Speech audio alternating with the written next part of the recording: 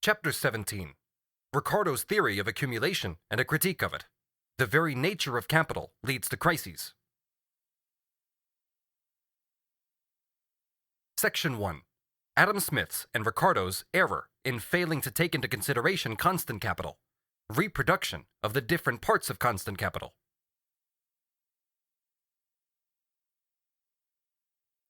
First, we will compare Ricardo's propositions, which are widely scattered over the whole of his work.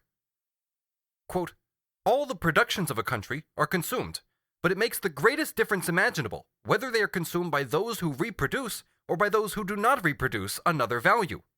When we say that revenue is saved and added to capital, what we mean is that the portion of revenue so said to be added to capital is consumed by productive instead of unproductive laborers. This is the same distinction as Adam Smith makes. There can be no greater error than in supposing that capital is increased by non-consumption. If the price of labor should rise so high that notwithstanding the increase of capital, no more could be employed, I should say that such increase of capital would still be unproductively consumed. Here, therefore, as with Adam Smith and others, it is only a question of whether the products are consumed by workers or not. But it is at the same time also a question of the industrial consumption of the commodities which form constant capital, and are consumed as instruments of labor or materials of labor, or are consumed in such a way that through this consumption they are transformed into instruments or materials of labor. The conception that accumulation of capital is identical with conversion of revenue into wages, in other words, that it is synonymous with accumulation of variable capital, is one-sided, that is, incorrect. This leads to a wrong approach to the whole question of accumulation. Above all, it is necessary to have a clear understanding of the reproduction of constant capital. We are considering the annual reproduction here, taking the year as the time measure of the process of reproduction. A large part of the constant capital, the fixed capital, enters into the annual process of labor without entering into the annual process of the creation of value. It is not consumed, and therefore does not need to be reproduced. Because it enters into the production process and remains in contact with living labor, it is kept in existence, and along with its use value, also its exchange value.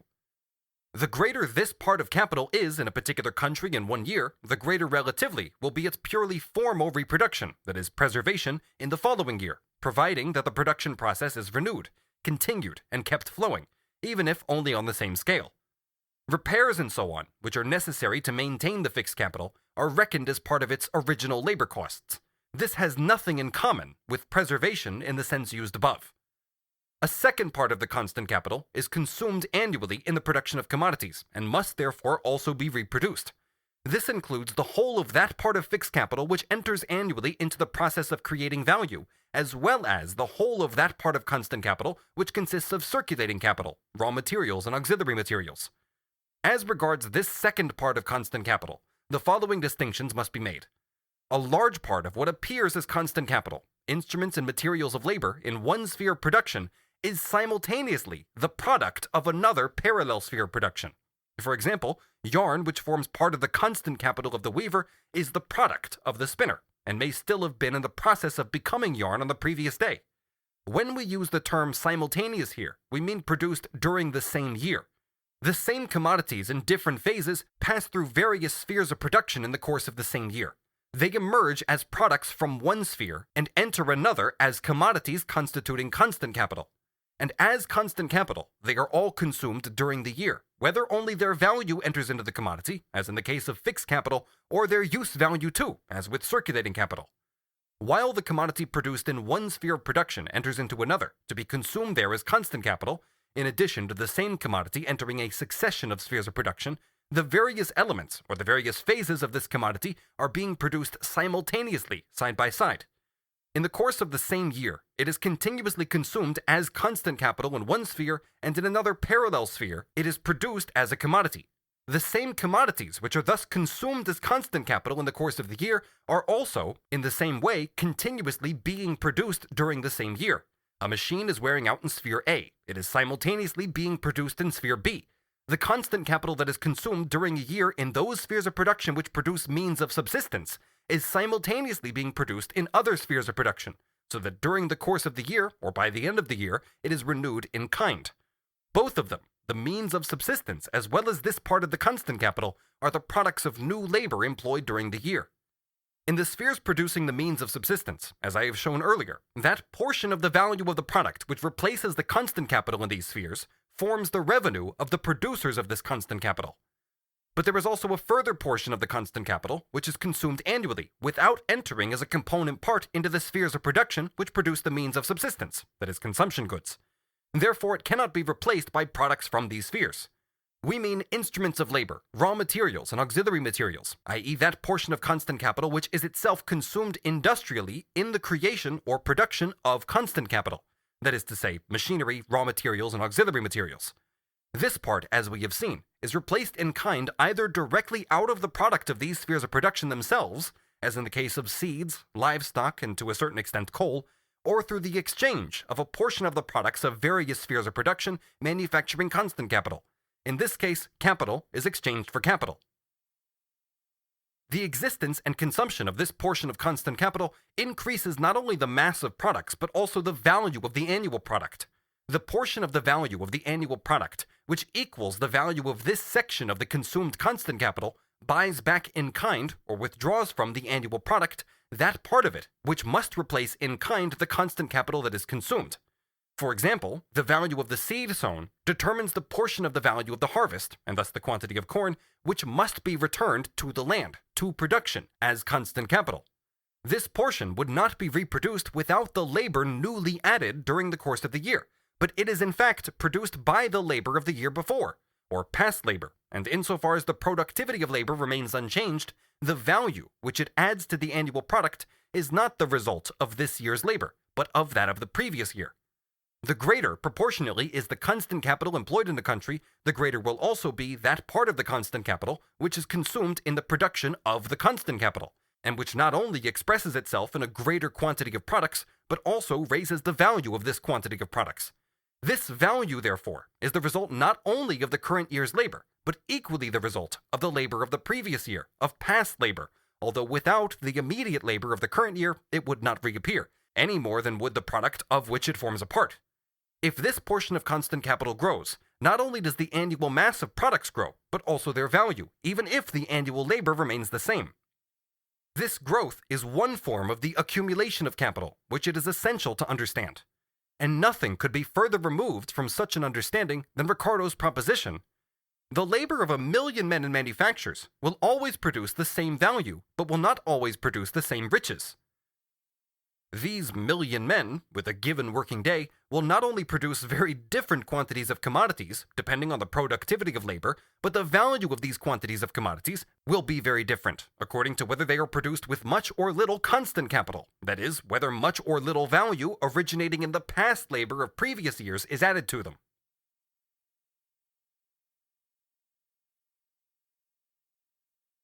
Section 2. Value of the constant capital and value of the product. For the sake of simplicity, when we speak of the reproduction of constant capital, we shall in the first place assume that the productivity of labor, and consequently the method of production, remain the same. At a given level of production, the constant capital which has to be replaced is a definite quantity in kind. If productivity remains the same, then the value of this quantity also remains constant. If there are changes in the productivity of labor, which make it possible to reproduce the same quantity at greater or less cost, with more or less labor, then similarly, changes will occur in the value of the constant capital, which will affect the surplus product after deduction of the constant capital.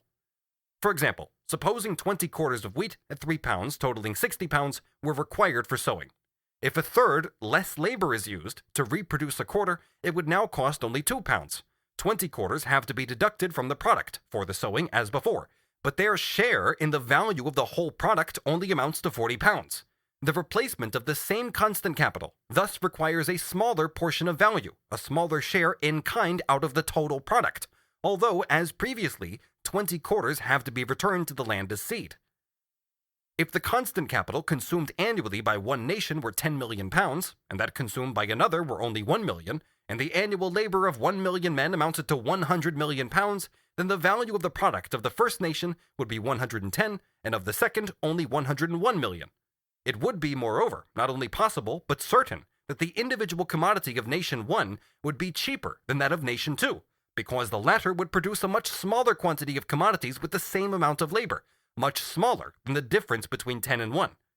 It is true that a greater portion of the value of the product goes to the replacement of capital in Nation 1 as compared with Nation 2, and therefore also a greater portion of the total product. But the total product is also much greater. In the case of factory-made commodities, it is known that 1 million workers in England produce not only a much greater product, but also a product of much greater value than in Russia, for example, although the individual commodity is much cheaper. In the case of agriculture, however, the same relation between capitalistically developed and relatively undeveloped nations does not appear to exist. The product of the more backward nation is cheaper than that of the capitalistically developed nation in terms of its money price, and yet the product of the developed nation appears to be produced by much less annual labor than that of the backward one.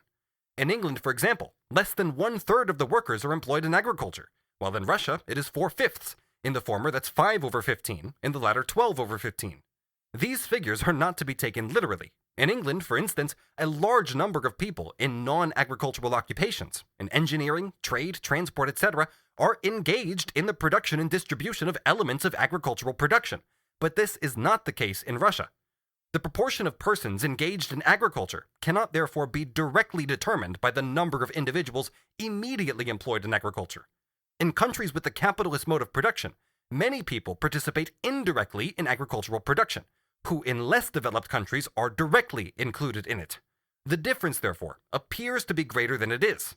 For the civilization of the country as a whole, however, this difference is very important, even insofar as it only means that a large section of the workers involved in agriculture do not participate in it directly. They are thus saved from the narrow parochialism of country life and belong to the industrial population. But let us leave aside this point for the moment, and also the fact that most agricultural peoples are forced to sell their product below its value, whereas in countries with advanced capitalist production, the agricultural product rises to its value. At any rate, a portion of the value of the constant capital enters into the value of the product of the English farmer, which does not enter into the product of the Russian farmer. Let us assume that this portion of value is equal to a day's labor of 10 men, and that one English worker sets this constant capital in motion. I'm speaking of that part of the constant capital of the agricultural product which is not replaced by new labor, such as is the case, for example, with agricultural implements. If 5 Russian workers were required in order to produce the same product which one Englishman produces with the help of the constant capital, and if the constant capital used by the Russian were equal to 1 day's labor, then the English product would be equal to 10 plus 1 being 11 working days, and that of the Russian would be 5 plus 1 being 6. If the Russian soil were so much more fertile than the English that without the application of any constant capital, or with a constant capital that was 1/10 the size, it could produce as much corn as the Englishman with a constant capital 10 times as great, then the values of the same quantities of English and Russian corn would compare as 11-6. If the quarter of the Russian corn were sold at 2 pounds, then the English would be sold at 3 2/3 pounds, for 2 is to 3 2/3 as 6 is to 11. The money price and the value of the English corn would thus be much higher than that of the Russian, but nevertheless, the English corn would be produced with less labor, since the past labor, which reappears in the quantity as well as in the value of the product, costs no additional new labor. This would always be the case if the Englishman uses less immediate labor than the Russian, but the greater constant capital which he uses, and which costs him nothing, although it has cost something and must be paid for, does not raise the productivity of labor to such an extent that it compensates for the natural fertility of the Russian soil. The money prices of agricultural products can therefore be higher in countries of capitalist production than in less developed countries, although in fact they cost less labor. They contain more immediate and past labor, but this past labor costs nothing. The product would be cheaper if the difference in natural fertility did not intervene. This would also explain the higher money price of the laborer's wage. Up to now, we have only spoken of the reproduction of the capital involved. The laborer replaces his wage with a surplus product or surplus value, which forms the profit, including rent, of the capitalist. He replaces that part of the annual product which serves him anew as wages. The capitalist has consumed his profit during the course of the year, but the laborer has created a portion of the product which can again be consumed as profit. That part of the constant capital which is consumed in the production of the means of subsistence is replaced by constant capital which has been produced by new labor during the course of the year. The producers of this new portion of constant capital realize their revenue, that is profit and wages, in that part of the means of subsistence which is equal to the value of the constant capital consumed in their production. Finally, the constant capital which is consumed in the production of constant capital, in the production of machinery, raw materials, and auxiliary materials, is replaced in kind, or through the exchange of capital, out of the total product of the various spheres of production which produce constant capital.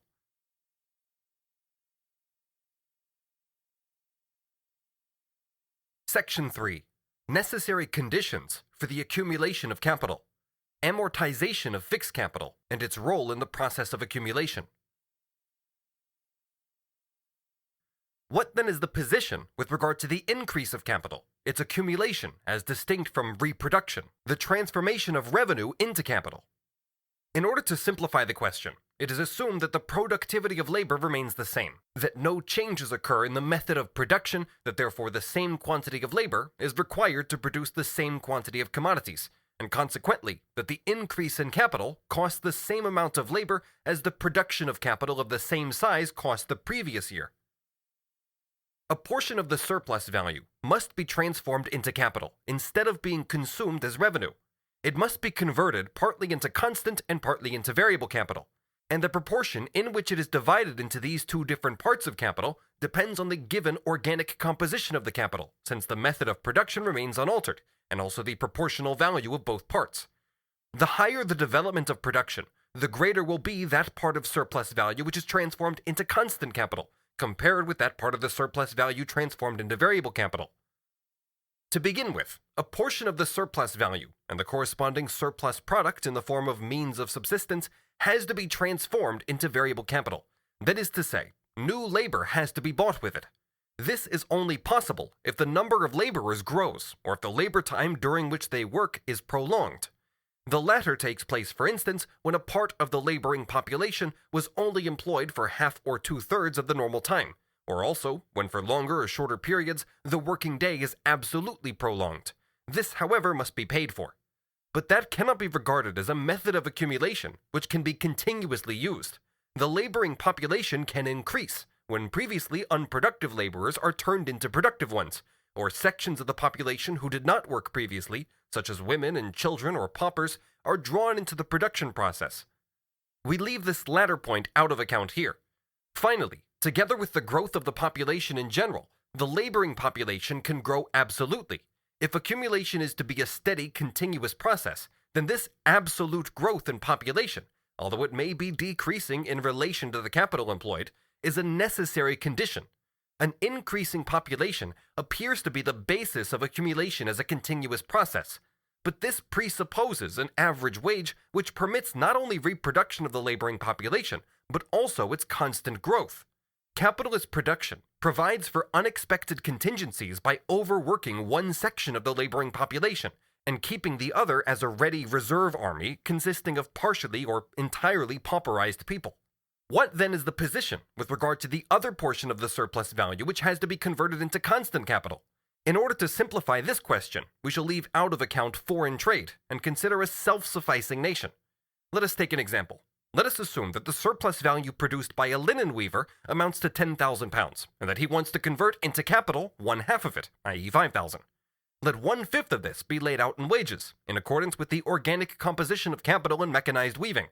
In this case, we are disregarding the turnover of capital, which may perhaps enable him to carry on with an amount sufficient for 5 weeks, after which he would sell his product and so receive back from circulation the capital for the payment of wages.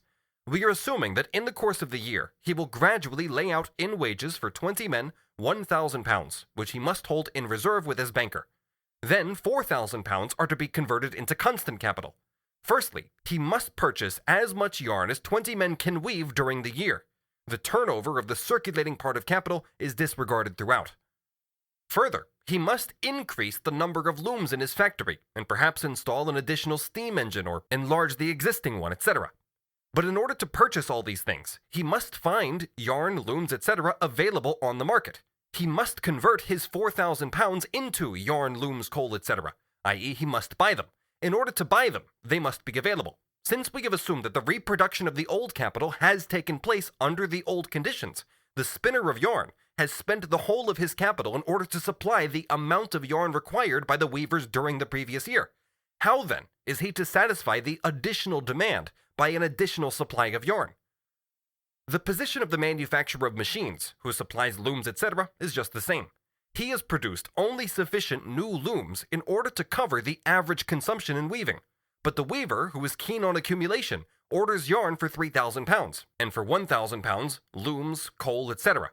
Or in fact, he gives 3,000 pounds to the spinner, and 1,000 to the machinery manufacturer and the coal merchant, etc., so that they will transform this money into yarn, looms, and coal for him. He would thus have to wait until this process is completed before he could begin with his accumulation, his production of new linen. This would be interruption number 1. But now the owner of the spinning mill finds himself in the same position with the 3,000 pounds as the weaver with the 4,000, only he deducts his profit right away. He can find an additional number of spinners, but he needs flax, spindles, coal, etc. Similarly, the coal producer needs new machinery or implements apart from the additional workers. And the owner of the engineering works, who is supposed to supply the new looms, spindles, etc., needs iron and so forth, apart from additional laborers. But the position of the flax grower is the worst of all, since he can supply the additional quantity of flax only in the following year. So that accumulation can be a continuous process, and the weaver able to transform a portion of his profit into constant capital every year without long-winded complications and interruptions, he must find an additional quantity of yarn, looms, etc. available on the market. The weaver, the spinner, the producer of coal, etc. require additional workers, only if they are able to obtain flax, spindles, and machines on the market. A part of the constant capital which is calculated to be used up annually and enters as wear and tear into the value of the product is in fact not used up. Take, for example, a machine which lasts 12 years and costs 12,000 pounds. Its average wear and tear, which has to be charged each year, amounts to 1,000 pounds. Thus, since 1,000 pounds is incorporated into the product each year, the value of 12,000 pounds will have been reproduced at the end of the 12 years, and a new machine of the same kind can be bought for this price. The repairs and patching up which are required during the 12 years are reckoned as part of the production cost of the machine, and have nothing to do with the question under discussion. In fact, however, reality differs from this calculation of averages. The machine may perhaps run more smoothly in the second year than in the first, and yet after 12 years it is no longer usable. It is the same as with an animal whose average life is 10 years, but this does not mean that it dies by 1/10 each year, although at the end of 10 years it must be replaced by a new individual. Naturally, during the course of a particular year, a certain quantity of machinery, etc., always reaches the stage when it must actually be replaced by new machines. Each year, therefore, a certain quantity of old machinery, etc., has in fact to be replaced in kind by new machines, etc. And the average annual production of machinery corresponds with this. The value with which they are to be paid for lies ready. It is derived from the proceeds of the commodities, according to the reproduction period of the machines. But the fact remains that although a large part of the value of the annual product, of the value which is paid for it each year, is needed to replace, for example, the old machines after 12 years, it is by no means actually required to replace 1/12 in kind each year, and in fact this would not be feasible. This fund may be used partly for wages, or for the purchase of raw material, before the commodity, which is constantly thrown into circulation but does not immediately return from circulation, is sold and paid for. This cannot, however, be the case throughout the whole year, since the commodities which complete their turnover during the year realize their whole value, and must therefore replace the wages, raw material, and used-up machinery contained in them, as well as pay surplus value. Hence, where much constant capital, and therefore also much fixed capital, is employed, that part of the value of the product which replaces the wear and tear of the fixed capital provides an accumulation fund, which can be invested by the person controlling it as new fixed capital, or also circulating capital, without any deduction whatsoever having to be made from the surplus value for this part of the accumulation. See McCulloch. This accumulation fund does not exist at levels of production and in nations where there is not much fixed capital. This is an important point. It is a fund for the continuous introduction of improvements, expansions, etc.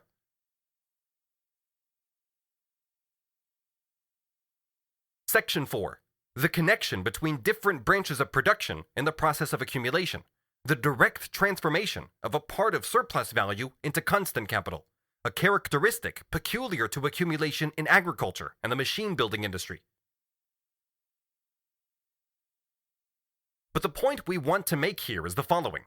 Even if the total capital employed in machine building were only large enough to replace the annual wear and tear of machinery, it would produce much more machinery each year than required, since in part the wear and tear merely exists nominally, and in reality it only has to be replaced in kind after a certain number of years. The capital thus employed therefore yields annually a mass of machinery which is available for new capital investments, and anticipates these new capital investments. For example, the factory of the machine builder begins production, say, this year. He supplies £12,000 worth of machinery during the year. If he were merely to replace the machinery produced by him, he would only have to produce machinery worth £1,000 in each of the 11 following years, and even this annual production would not be annually consumed. An even smaller part of his production would be used if he invested the whole of his capital. A continuous expansion of production in the branches of industry which use these machines is required in order to keep his capital employed, and merely to reproduce it annually. An even greater expansion is required if he himself accumulates. Thus, even the mere reproduction of the capital invested in this sphere requires continuous accumulation in the remaining spheres of production. But because of this, one of the elements of continuous accumulation is always available on the market. Here, in one sphere of production, even if only the existing capital is reproduced in this sphere, exists a continuous supply of commodities for accumulation, for new, additional industrial consumption in other spheres. As regards the £5,000 profit, or surplus value, which is to be transformed into capital, for instance by the weaver, there are two possibilities, always assuming that he finds available on the market the labor which he must buy with part of the 5,000, i.e. 1,000, in order to transform the 5,000 into capital according to the conditions prevailing in his sphere of production. This part of the capitalized surplus value is transformed into variable capital and laid out in wages. But in order to employ this labor, he requires yarn, additional auxiliary materials, and additional machinery, unless the working day is prolonged. In that case, the machinery is merely used up faster, its reproduction period is curtailed, but at the same time more surplus value is produced, and though the value of the machine has to be distributed over the commodities produced during a shorter period, far more commodities are being produced, so that despite this more rapid depreciation of the machine, a smaller portion of machine value enters into the value or price of the individual commodity. In this case, no new capital has to be laid out directly in machinery. It is only necessary to replace the value of the machinery a little more rapidly, but additional capital must be laid out for auxiliary materials. Either the weaver finds these, his conditions of production, on the market, then the purchase of these commodities only differs from that of other commodities by the fact that he buys them for industrial consumption instead of individual consumption. Or he does not find these conditions of production on the market. Then he must order them, as for instance machines of a new design, just as he has to order articles for his private consumption which are not readily available on the market. If the raw material, say flax, were only produced to order, as for instance indigo, jute, etc., are produced by the Indian ryots to orders and with advances from English merchants, then the linen weaver could not accumulate in his own business during that year. On the other hand, assuming that the spinner converts £5,000 into capital and that the weaver does not accumulate, then the spun yarn, although all the conditions for its production were in supply on the market, will be unsaleable, and the £5,000 have in fact been transformed into yarn, but not into capital.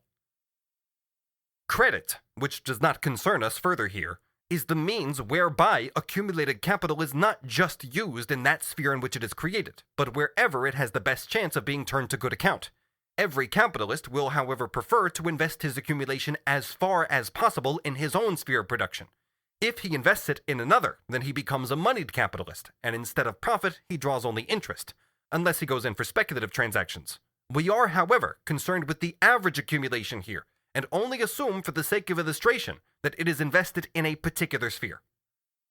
If, on the other hand, the flax grower had expanded his production, that is to say, had accumulated, and the spinner and weaver and machine builder, etc., had not done so, then he would have superfluous flax in store, and would probably produce less in the following year.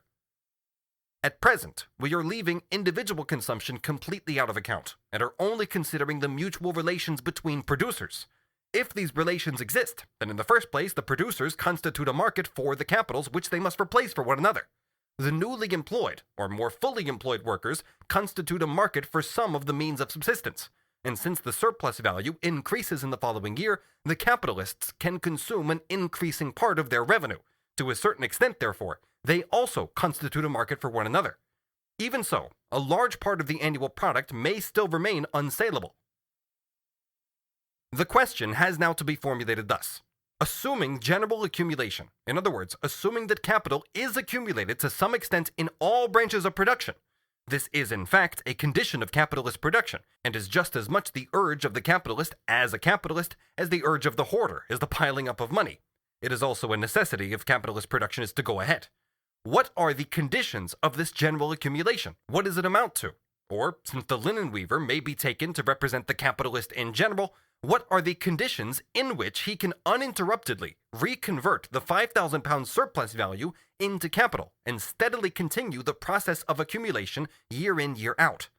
The accumulation of the £5,000 means nothing but the transformation of this money, this amount of value, into capital. The conditions for the accumulation of capital are thus the very same as those for its original production or for reproduction in general. These conditions, however, were that labor was bought with one part of the money, and with the other, commodities, raw material, machinery, etc., which could be consumed industrially by this labor. Some commodities can only be consumed industrially, such as machinery, raw material, semi-finished goods. Others, such as houses, horses, wheat, from which brandy or starch, etc. is made, can be consumed industrially or individually. These commodities can only be purchased if they are available on the market as commodities, in the intermediate stage when production is completed and consumption has not as yet begun, in the hands of the seller in the stage of circulation. Or if they can be made to order, produced to order as is the case with construction of new factories, etc. Commodities were available, this was presupposed in the production and reproduction of capital, as a result of the division of labor carried out in capitalist production on a social scale, distribution of labor and capital between the different spheres of production, as a result of parallel production and reproduction which takes place simultaneously over the whole field. This was the condition of the market, of the production and reproduction of capital. The greater the capital, the more developed the productivity of labor and the scale of capitalist production in general, the greater is also the volume of commodities found on the market in circulation, in transition between production and consumption, individual and industrial, and the greater the certainty that each particular capital will find its conditions for reproduction readily available on the market. This is all the more the case, since it is in the nature of capitalist production that firstly, each particular capital operates on a scale which is not determined by individual demand, orders, etc., and private needs, but by the endeavor to realize as much labor, and therefore as much surplus labor, as possible, and to produce the largest possible quantity of commodities with the given capital. Secondly, that each individual capital strives to capture the largest possible share of the market and to supplant its competitors and exclude them from the market competition of capitals. The greater the development of the means of communication, the more can the stocks on the market be reduced. Quote, "There will indeed, where production and consumption are comparatively great, naturally be, at any given moment, a comparatively great surplus in the intermediate state, in the market, on its way from having been produced to the hands of the consumer, unless indeed the quickness with which things are sold off should have increased so as to counteract what would else have been the consequence of the increased production." End quote from An Inquiry into Those Principles Respecting the Nature of Demand and the Necessity of Consumption, lately advocated by Mr. Malthus, published in London in 1821. The accumulation of new capital can therefore proceed only under the same conditions as the reproduction of already existing capital. We disregard here the case in which more capital is accumulated than can be invested in production, and for example lies fallow in the form of money at the bank. This results in loans abroad, etc., in short speculative investments. Nor do we consider the case in which it is impossible to sell the mass of commodities produced, crises, etc. This belongs into the section on competition. Here, we examine only the forms of capital in the various phases of its process, assuming throughout that the commodities are sold at their value. The weaver can reconvert the £5,000 surplus value into capital if, besides labor for £1,000, he finds yarn, etc. ready on the market, or is able to obtain it to order. This presupposes the production of a surplus product, consisting of commodities which enter into his constant capital, particularly of those which require a longer period of production, and whose volume cannot be increased rapidly, or cannot be increased at all during the course of the year, such as raw material, for example flax. What comes into play here is the merchant's capital, which keeps warehouses stocked with goods to meet growing individual and industrial consumption. But this is only a form of intermediary agency, hence does not belong here, but into the consideration of the competition of capitals. Just as the production and reproduction of existing capital in one sphere presupposes parallel production and reproduction in other spheres, so accumulation, or the formation of additional capital in one branch of production, presupposes simultaneous or parallel creation of additional products in other branches of production. Thus, the scale of production in all spheres which supply constant capital must grow simultaneously, in accordance with the average participation, determined by demand, of each particular sphere in the general growth of production, and all spheres which do not produce finished products for individual consumption supply constant capital. Of the greatest importance is the increase in machinery, tools, raw material, and auxiliary material, for if these preconditions are present, all other industries into which they enter, whether they produce semi-finished or finished goods, only need to set in motion more labor. It seems, therefore, that for accumulation to take place, continuous surplus production in all spheres is necessary. This will have to be more closely defined. Then there is the second essential question. The part of the surplus value, or in this case the part of profit, which is reconverted into capital, consists only of labor newly added during the past year. The question is whether this new capital is entirely expended on wages, i.e. exchanged only against new labor. The following speaks for this. All value is originally derived from labor. All constant capital is originally just as much the product of labor as is variable capital. And here we seem to encounter again the direct genesis of capital from labor. An argument against it is, can one suppose that the formation of additional capital takes place under worse conditions of production than the reproduction of the old capital? Does a reversion to a lower level of production occur? This would have to be the case if the new value were spent only on immediate labor, which, without fixed capital, etc., would thus also first have to produce this fixed capital, just as originally labor had first to create its constant capital. This is sheer nonsense. But this is the assumption made by Ricardo. This needs to be examined more closely. The first question is this. Can the capitalist transform a part of the surplus value into capital by employing it directly as capital instead of selling the surplus value, or rather the surplus product in which it is expressed?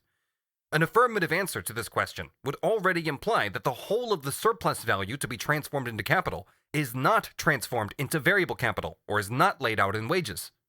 With that part of the agricultural produce which consists of corn or livestock, this is clear from the outset.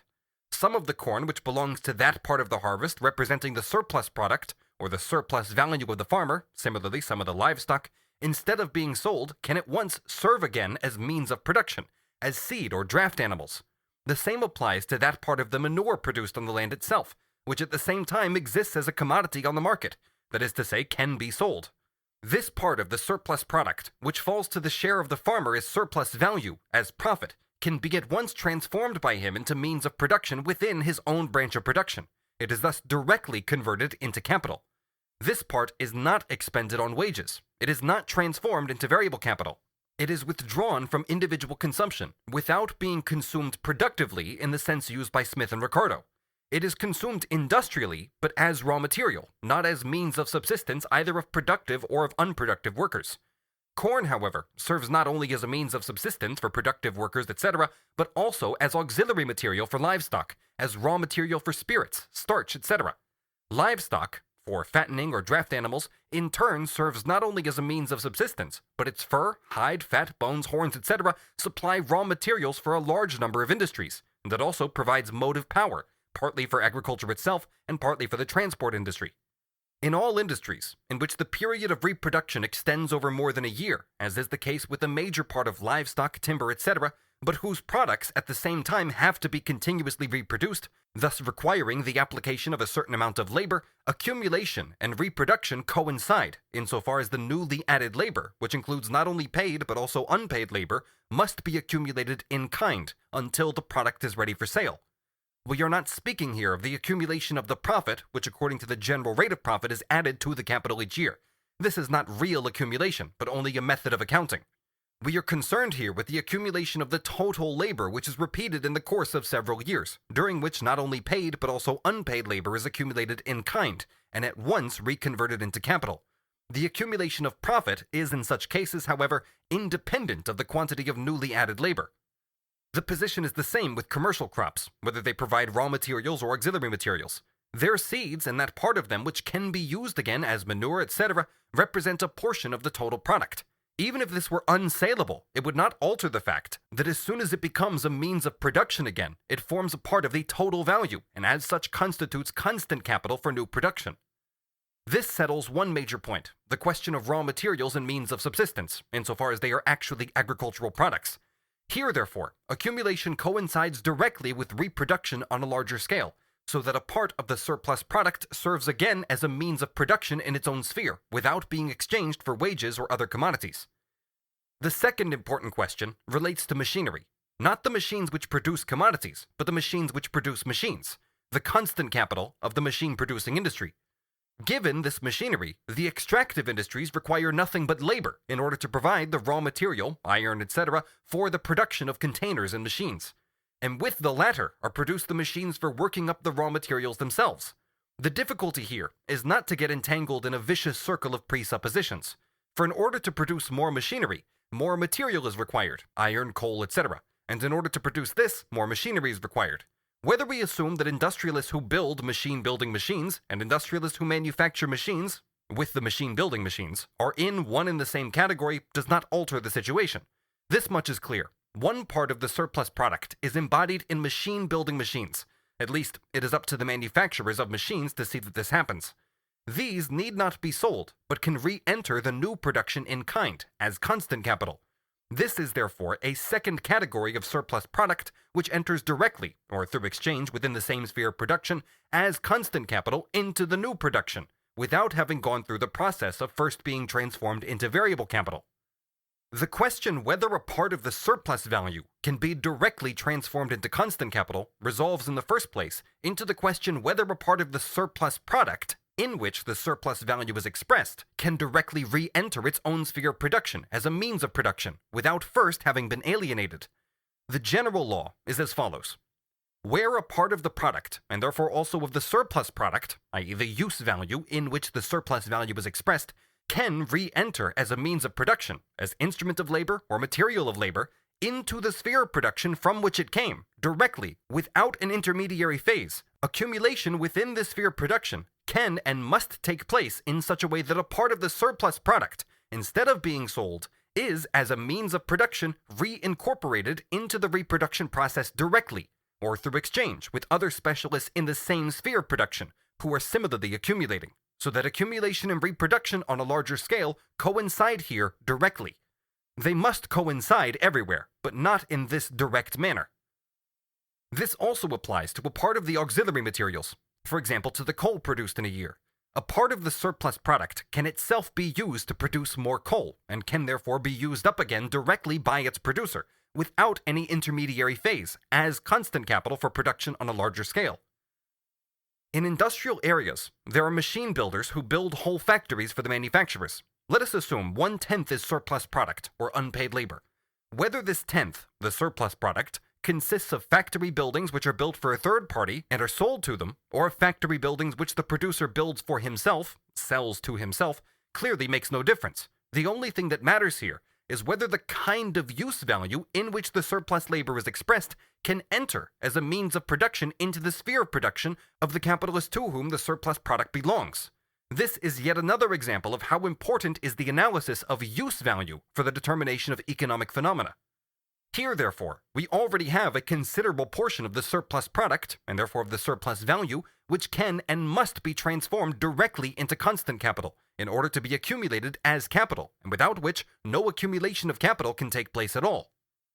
Secondly, we have seen that where capitalist production is developed, that is, where the productivity of labor, the constant capital, and particularly that part of the constant capital which consists of fixed capital, are developed, the mere reproduction of fixed capital in all spheres, and the parallel reproduction of the existing capital which produces fixed capital, forms an accumulation fund. That is to say, provides machinery, i.e. constant capital, for production on an extended scale. Thirdly, there remains the question, can a part of the surplus product be retransformed into capital, that is constant capital, through an intermediary exchange between the producer, for example, of machinery or implements of labor, and the producer of raw material, iron, coal, metals, timber, etc. That is, through the exchange of various components of constant capital. If, for example, the manufacture of iron, coal, and timber buys machinery or tools from the machine builder, and the machine builder buys metal, timber, coal, etc. from the primary producer, then they replace or form new constant capital through this exchange of the reciprocal component parts of their constant capital. The question here is, to what extent is the surplus product converted in this way?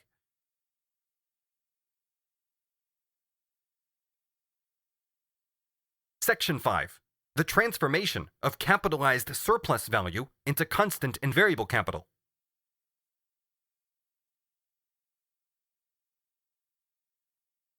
We saw earlier that in the simple reproduction of the advanced capital, the portion of the constant capital which is used up in the reproduction of constant capital is replaced either directly in kind or through exchange between the producers of constant capital, an exchange of capital against capital, and not of revenue against revenue or revenue against capital. Moreover, the constant capital which is used up or consumed industrially in the production of consumable goods, commodities which enter into individual consumption, is replaced by new products of the same kind, which are the result of newly added labor, and therefore resolve into revenue, wages, and profit. Accordingly, therefore, in the spheres which produce consumable goods, the portion of the total product, which is equal to the portion of their value which replaces their constant capital, represents the revenue of the producers of constant capital, while on the other hand, in the spheres which produce constant capital, the part of the total product which represents newly added labor, and therefore forms the revenue of these producers of this constant capital, represents the constant capital, replacement capital, of the producers of the means of subsistence. This presupposes, therefore, that the producers of constant capital exchange their surplus product, which means here the excess of their product over that part of it which is equal to their constant capital, against means of subsistence, and consume its value individually.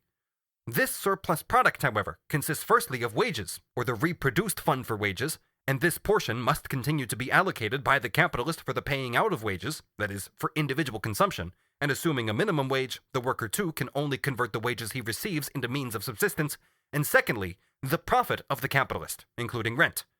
If this portion is large enough, it can be consumed partly individually and partly industrially, and in this latter case, an exchange of products takes place between the producers of constant capital. This is, however, no longer an exchange of the portion of their products representing their constant capital which has to be mutually replaced by them, but is an exchange of a part of their surplus product, revenue, newly added labor, which is directly transformed into constant capital, thus increasing the amount of constant capital and expanding the scale of reproduction. In this case too, therefore, a part of the existing surplus product, that is, of the labor which has been newly added during the year, is transformed directly into constant capital, without first having been converted into variable capital.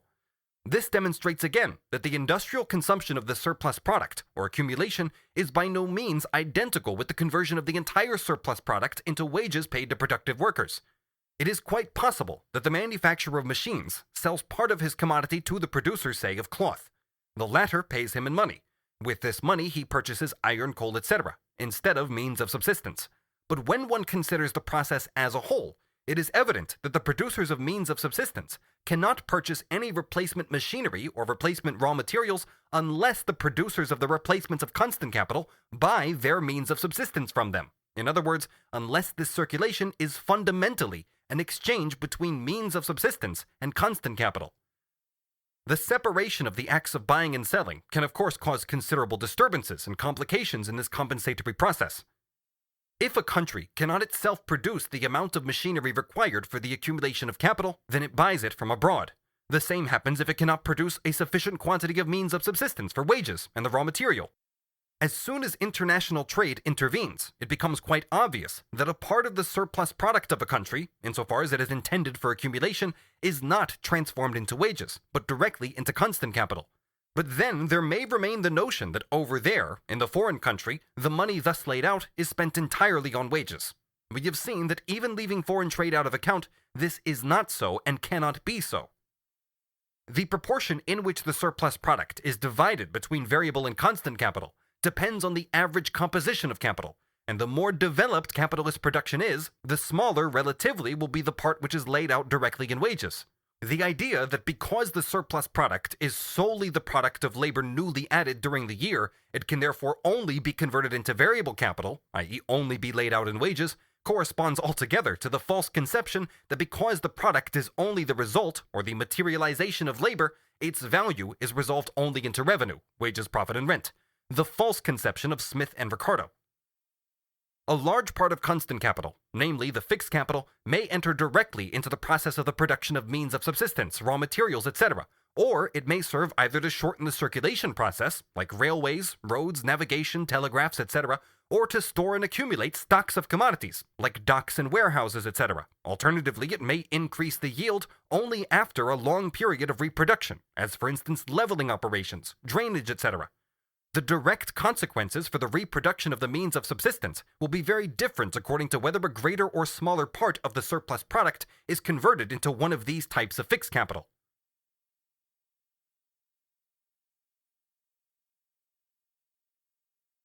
Section 6.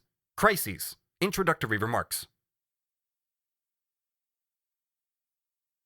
If expanded production of constant capital is assumed, that is, greater production than is required for the replacement of the former capital, and therefore also for the production of the former quantity of means of subsistence, expanded production or accumulation in the spheres using machinery, raw materials, etc., encounters no further difficulties.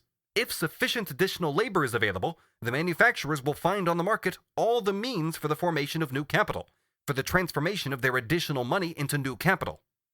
But the whole process of accumulation in the first place resolves itself into production on an expanding scale, which on the one hand corresponds to the natural growth of the population, and on the other hand forms an inherent basis for the phenomena which appear during crises.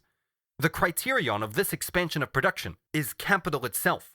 The existing level of the conditions of production, and the unlimited desire of the capitalists to enrich themselves and to enlarge their capital, but by no means consumption, which from the outset is inhibited, since the majority of the population, the working people, can only expand their consumption within very narrow limits, whereas the demand for labor, although it grows absolutely, decreases relatively, to the same extent as capitalism develops.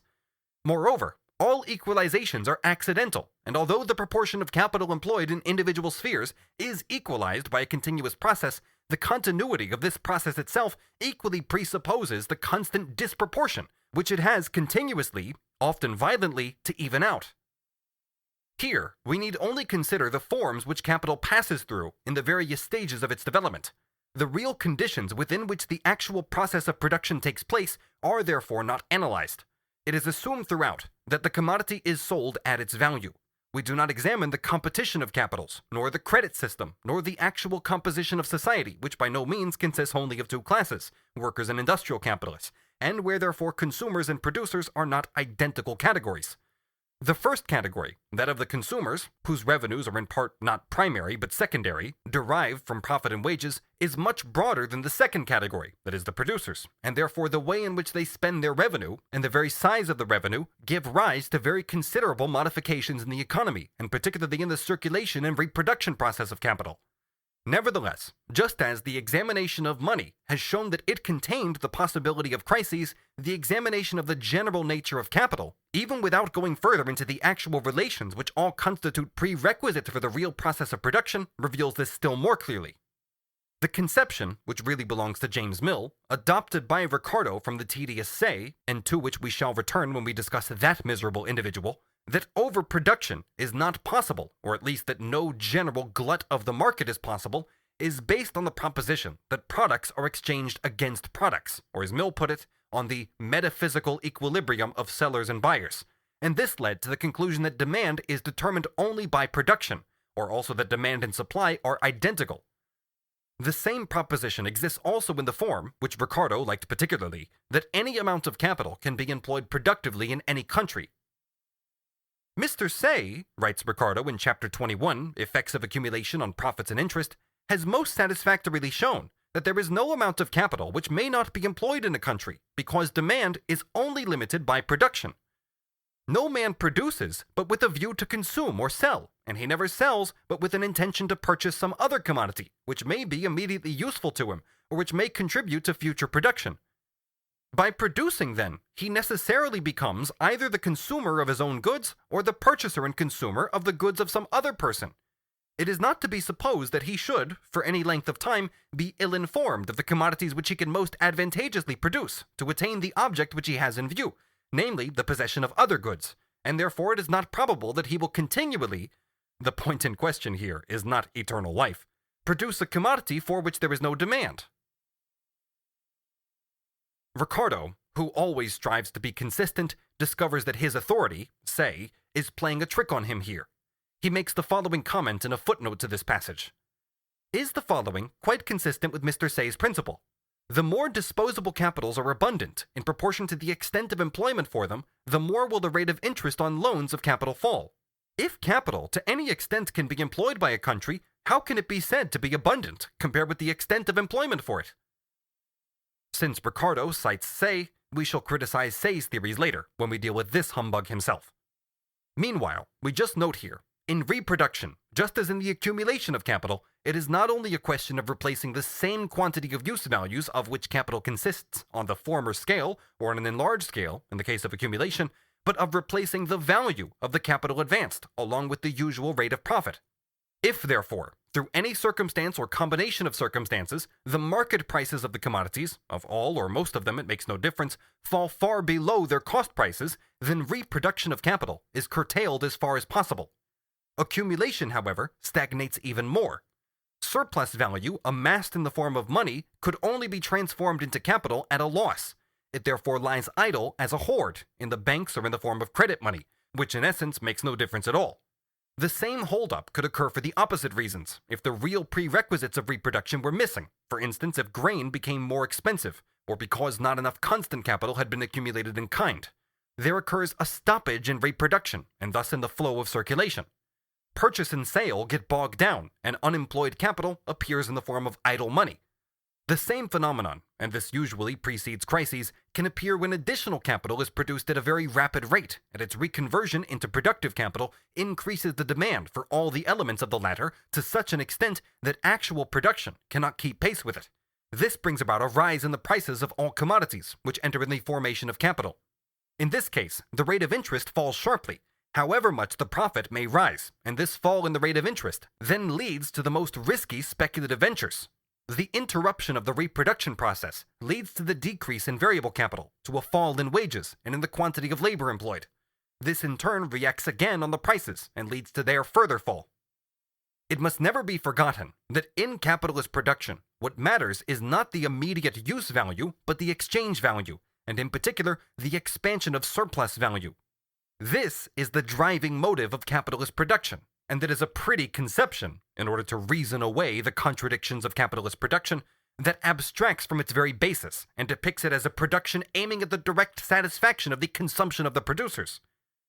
Further, since the circulation process of capital is not completed in one day, but extends over a fairly long period until the capital returns to its original form, since this period coincides with the period within which market prices equalize with cost prices, and great upheavals and changes take place in the market in the course of this period, since great changes take place in the productivity of labor, and therefore also in the real value of commodities, it is quite clear that between the starting point, the prerequisite capital, and the time of its return at the end of one of these periods, great catastrophes must occur, and elements of crisis must have gathered and develop, and these cannot in any way be dismissed by the pitiful proposition that products exchange for products. The comparison of value in one period with the value of the same commodities in a later period is no scholastic illusion, as Mr. Bailey maintains, but rather forms the fundamental principle of the circulation process of capital. When speaking of the destruction of capital through crises, one must distinguish between two factors. Insofar as the reproduction process is checked and the labor process is restricted, or in some instances completely stopped, real capital is destroyed. Machinery which is not used is not capital. Labor which is not exploited is equivalent to lost production. Raw material which lies unused is no capital. Buildings, also newly built machinery which are either unused or remain unfinished, commodities which rot in warehouses, all this is destruction of capital. All this means that the process of reproduction is checked and that the existing means of production are not really used as means of production, are not put into operation. Thus their use value and their exchange value go to the devil. Secondly, however, the destruction of capital through crises means the depreciation of values which prevents them from later renewing their reproduction process as capital on the same scale. This is the ruinous effect of the fall in the prices of commodities. It does not cause the destruction of any use values. What one loses, the other gains. Values used as capital are prevented from acting again as capital in the hands of the same person. The old capitalists go bankrupt. If the value of the commodities from whose sale a capitalist reproduces his capital was equal to £12,000, of which say 2,000 were profit, and their price falls to 6,000, then the capitalist can neither meet his contracted obligations, nor, even if he had none, could he, with the £6,000, restart his business on the former scale, for the commodity prices have risen once more to the level of their cost prices. In this way, £6,000 has been destroyed, although the buyer of these commodities, because he has acquired them at half their cost price, can go ahead very well once business livens up again, and may even have made a profit. A large part of the nominal capital of the society, i.e. of the exchange value of the existing capital, is once and for all destroyed, although this very destruction, since it does not affect the use value, may very much expedite the new reproduction. This is also the period during which moneyed interest enriches itself at the cost of industrial interest. As regards the fall in the purely nominal capital, state bonds, shares, etc., insofar as it does not lead to the bankruptcy of the state or of the share company, or to the complete stoppage of reproduction through undermining the credit of the industrial capitalists who hold such securities, it amounts only to the transfer of wealth from one hand to another, and will on the whole act favorably upon reproduction, since the parvenus into whose hands these stocks or shares fall cheaply are mostly more enterprising than their former owners.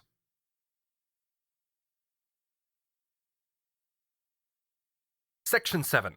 Absurd denial of the overproduction of commodities accompanied by a recognition of the overabundance of capital. To the best of his knowledge, Ricardo was always consistent. For him, therefore, the statement that no overproduction of commodities is possible is synonymous with the statement that no overabundance of capital is possible. Quote, "There cannot, then, be accumulated in a country any amount of capital which cannot be employed productively, until wages rise so high in consequence of the rise of necessaries, and so little consequently remains for the profits of stock, that the motive for accumulation ceases. It follows, then, that there is no limit to demand, no limit to the employment of capital while it yields any profit, and that however abundant capital may become, there is no other adequate reason for a fall of profit but a rise of wages. And further, it may be added that the only adequate and permanent cause for the rise of wages is the increasing difficulty of providing food and necessaries for the increasing number of workmen." What then would Ricardo have said to the stupidity of his successors, who deny overproduction in one form, as a general glut of commodities on the market, and who not only admit its existence in another form, as overproduction of capital, but actually turn it into an essential point in their doctrine? Not a single responsible economist of the post-Ricardian period denies the plethora of capital. On the contrary, all of them regard it as the cause of crises, insofar as they do not explain the latter by factors relating to credit. Therefore, they all admit overproduction in one form, but deny its existence in another. Thus, the only remaining question is, what is the relation between these two forms of overproduction, i.e. between the form in which it is denied and the form in which it is asserted? Ricardo himself did not actually know anything of crises, of general crises of the world market, arising out of the production process itself. He could explain that the crises which occurred between 1800 and 1815 were caused by a rise in the price of corn due to poor harvests, by the devaluation of paper currency, the depreciation of colonial products, etc., because in consequence of the Continental blockade, the market was forcibly contracted for political and not economic reasons. He was also able to explain the crises after 1815, partly by a bad year and a shortage of corn, and partly by the fall in corn prices, because those causes, which, according to his own theory, had forced up the price of corn during the war when England was cut off from the continent, had ceased to operate, partly by the transition from war to peace, which brought about sudden changes in the channels of trade. See Chapter 19, on sudden changes in the channels of trade. Later historical phenomena, especially the almost regular periodicity of crises on the world market, no longer permitted Ricardo's successors to deny the facts or to interpret them as accidental. Instead, apart from those who explain everything by credit, but then have to admit that they themselves are forced to presuppose the overabundance of capital, they invented the nice distinction between overabundance of capital and overproduction. Against the latter, they armed themselves with the phrases and good reasons used by Ricardo and Adam Smith, while by means of the overabundance of capital, they attempt to explain phenomena that they are otherwise unable to explain. Wilson, for example, explains certain crises by the overabundance of fixed capital, while he explains others by the overabundance of circulating capital. The overabundance of capital itself is affirmed by the best economists such as Fullerton, and has already become a matter of course to such an extent that it can even be found in the learned Roscher's compendium as a self-evident fact. The question is, therefore, What is the overabundance of capital, and how does it differ from overproduction? In all fairness, however, it must be said that other economists, such as Urey, Courbet, etc., declare overproduction to be the usual condition in large-scale industry, so far as the home country is concerned, and that it thus only leads to crises under certain circumstances, in which the foreign market also contracts. According to the same economists, capital is equivalent to money or commodities. Overproduction of capital is thus overproduction of money or of commodities, and yet these two phenomena are supposed to have nothing in common with each other. Even the overproduction of money is of no avail, since money for them is a commodity, so that the entire phenomenon resolves itself into one of overproduction of commodities, which they admit under one name and deny under another. Moreover, the statement that there is overproduction of fixed capital, or of circulating capital, is based on the fact that commodities are here no longer considered in this simple form, but in their designation as capital. This, however, is an admission that in capitalist production and its phenomena, for example, overproduction, it is a question not only of the simple relationship in which the product appears, is designated as commodity, but of its designation within the social framework. It thereby becomes something more than, and also different from, a commodity. Altogether, the phrase overabundance of capital, instead of overproduction of commodities, insofar as it is not merely a prevaricating expression or unscrupulous thoughtlessness, which admits the existence and necessity of a particular phenomenon when it is called A, but denies it as soon as it is called B, in fact, therefore, showing scruples and doubts only about the name of the phenomenon and not the phenomenon itself, or insofar as it is not merely an attempt to avoid the difficulty of explaining the phenomenon by denying it in one form, under one name, in which it contradicts existing prejudices, and admitting it in a form only in which it becomes meaningless. Apart from these aspects, the transition of the phrase overproduction of commodities to the phrase overabundance of capital is indeed an advance. In what does this consist? In expressing the fact that the producers confront one another not purely as owners of commodities, but as capitalists.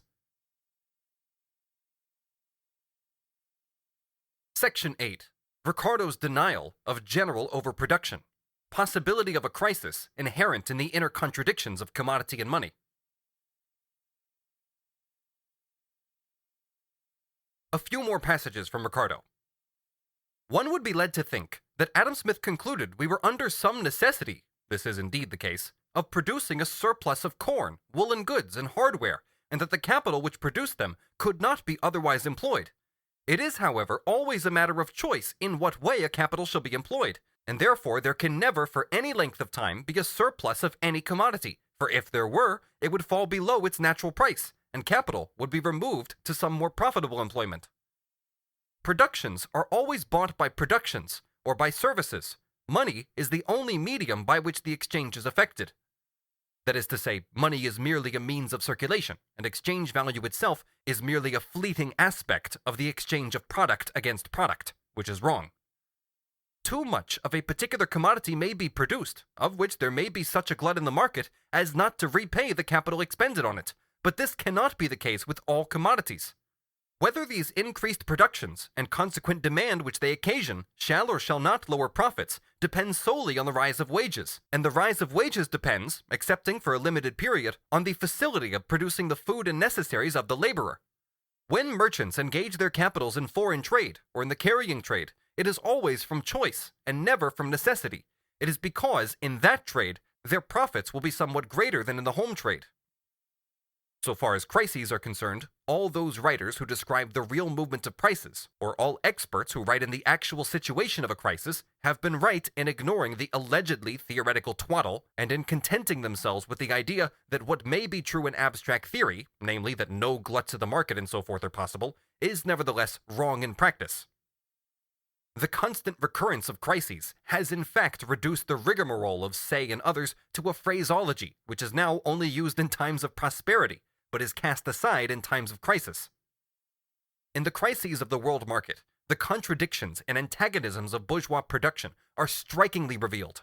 Instead of investigating the nature of the conflicting elements which erupt in the catastrophe, the apologists content themselves with denying the catastrophe itself and insisting, in the face of their regular and periodic recurrence, that if production were carried on according to the textbooks, crises would never occur.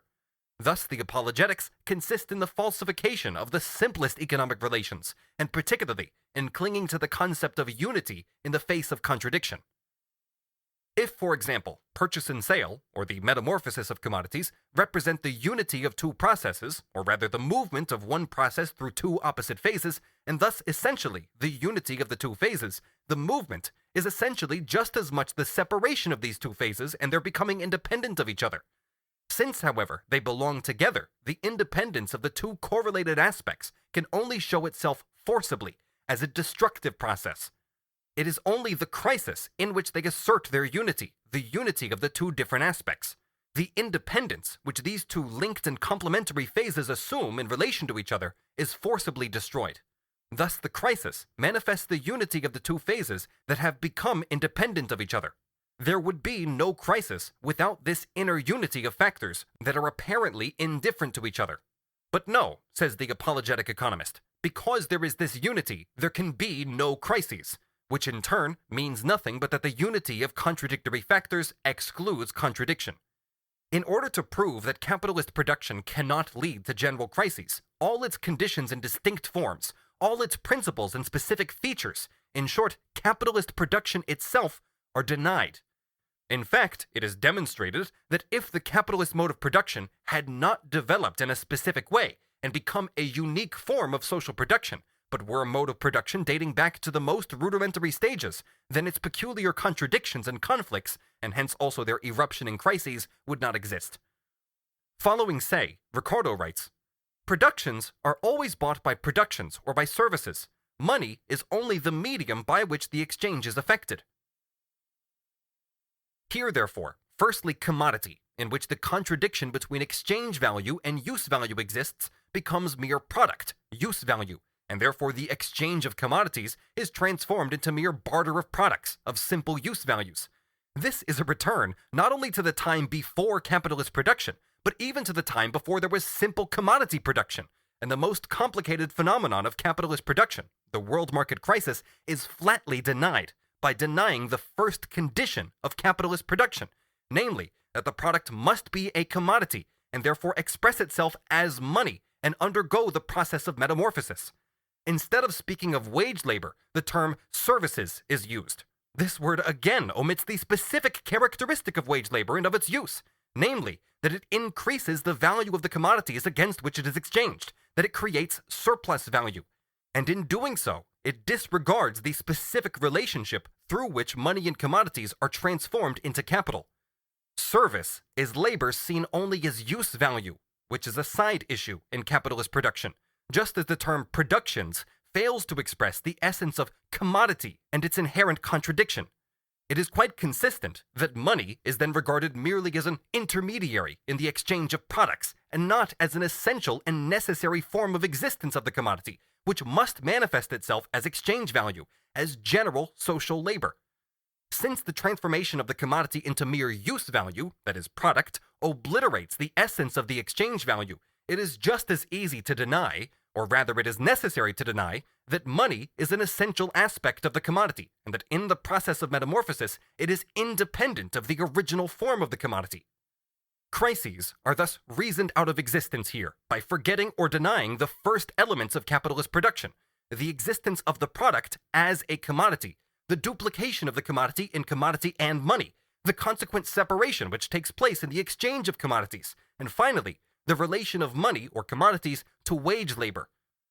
Incidentally, those economists are no better who, like John Stuart Mill, want to explain the crises by these simple possibilities of crisis contained in the metamorphosis of commodities, such as the separation between purchase and sale. These factors which explain the possibility of crises by no means explain their actual occurrence. They do not explain why the phases of the process come into such conflict, that their inner unity can only assert itself through a crisis, through a violent process. This separation appears in the crisis. It is the elementary form of the crisis. To explain the crisis on the basis of this, its elementary form, is to explain the existence of the crisis by describing its most abstract form, that is to say, to explain the crisis by the crisis. Ricardo says, "No man produces but with a view to consume or sell, and he never sells but with an intention to purchase some other commodity, which may be immediately useful to him, or which may contribute to future production. By producing, then, he necessarily becomes either the consumer of his own goods, or the purchaser and consumer of the goods of some other person. It is not to be supposed that he should, for any length of time, be ill-informed of the commodities which he can most advantageously produce to obtain the object which he has in view, namely, the possession of other goods, and therefore it is not probable that he will continually produce a commodity for which there is no demand. This is the childish babble of say, but it is not worthy of Ricardo. In the first place, no capitalist produces in order to consume his product, and when speaking of capitalist production, it is right to say that no man produces with a view to consume his own product, even if he uses portions of his product for industrial consumption. But here, the point in question is private consumption. Previously, it was forgotten that the product is a commodity.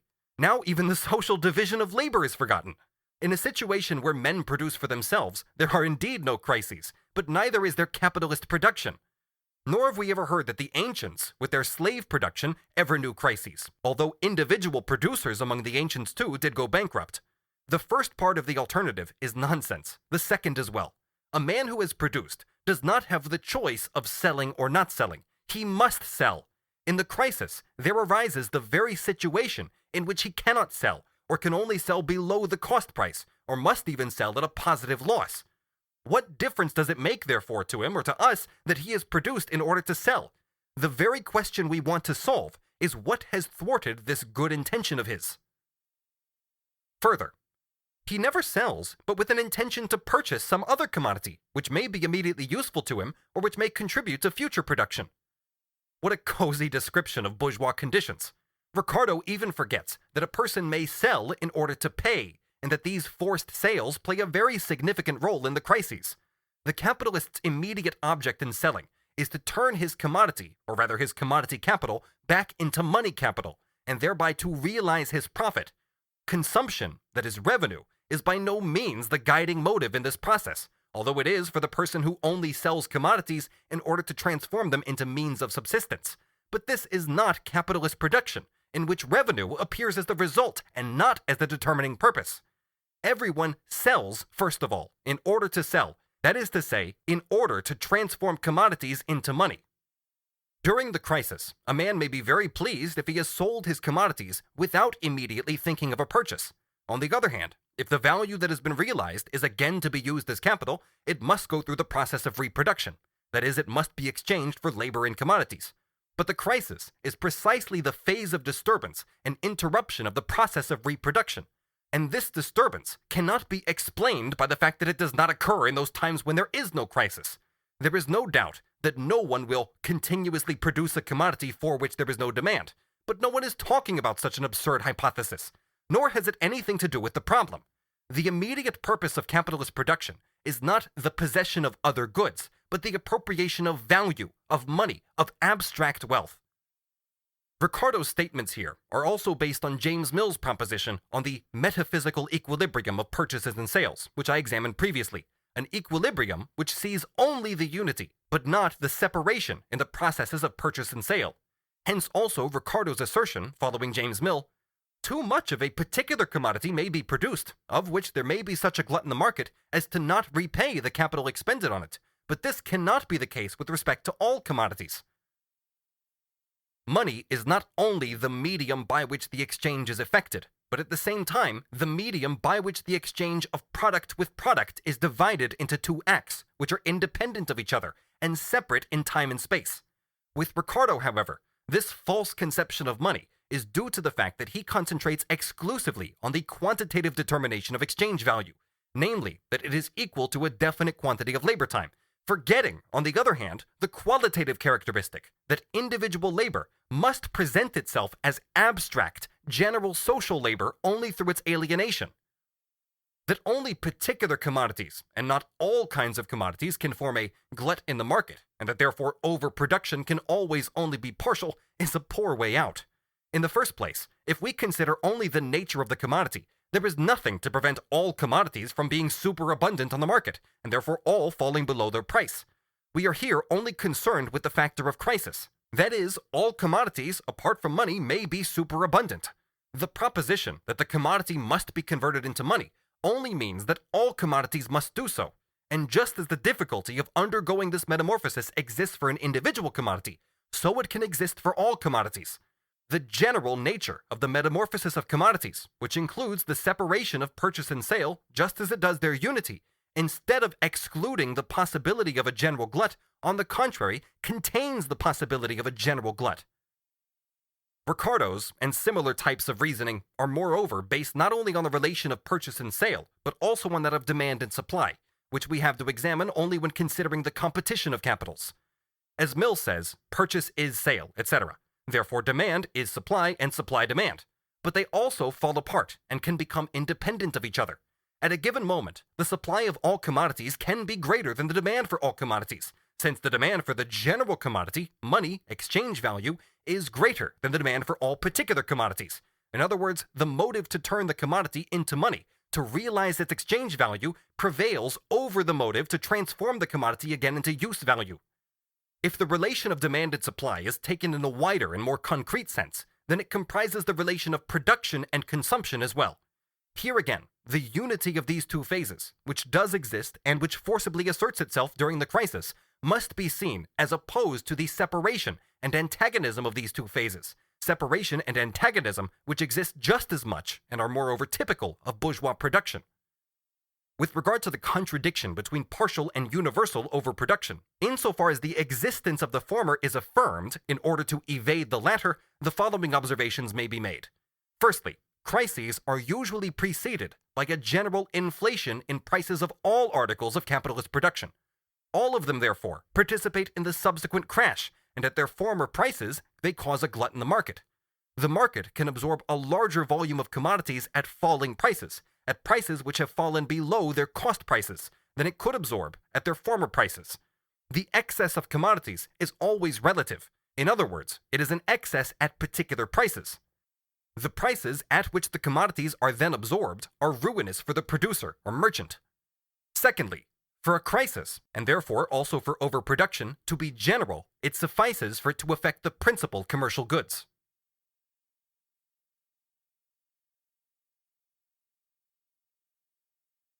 Section 9. Ricardo's wrong conception of the relation between production and consumption under the conditions of capitalism.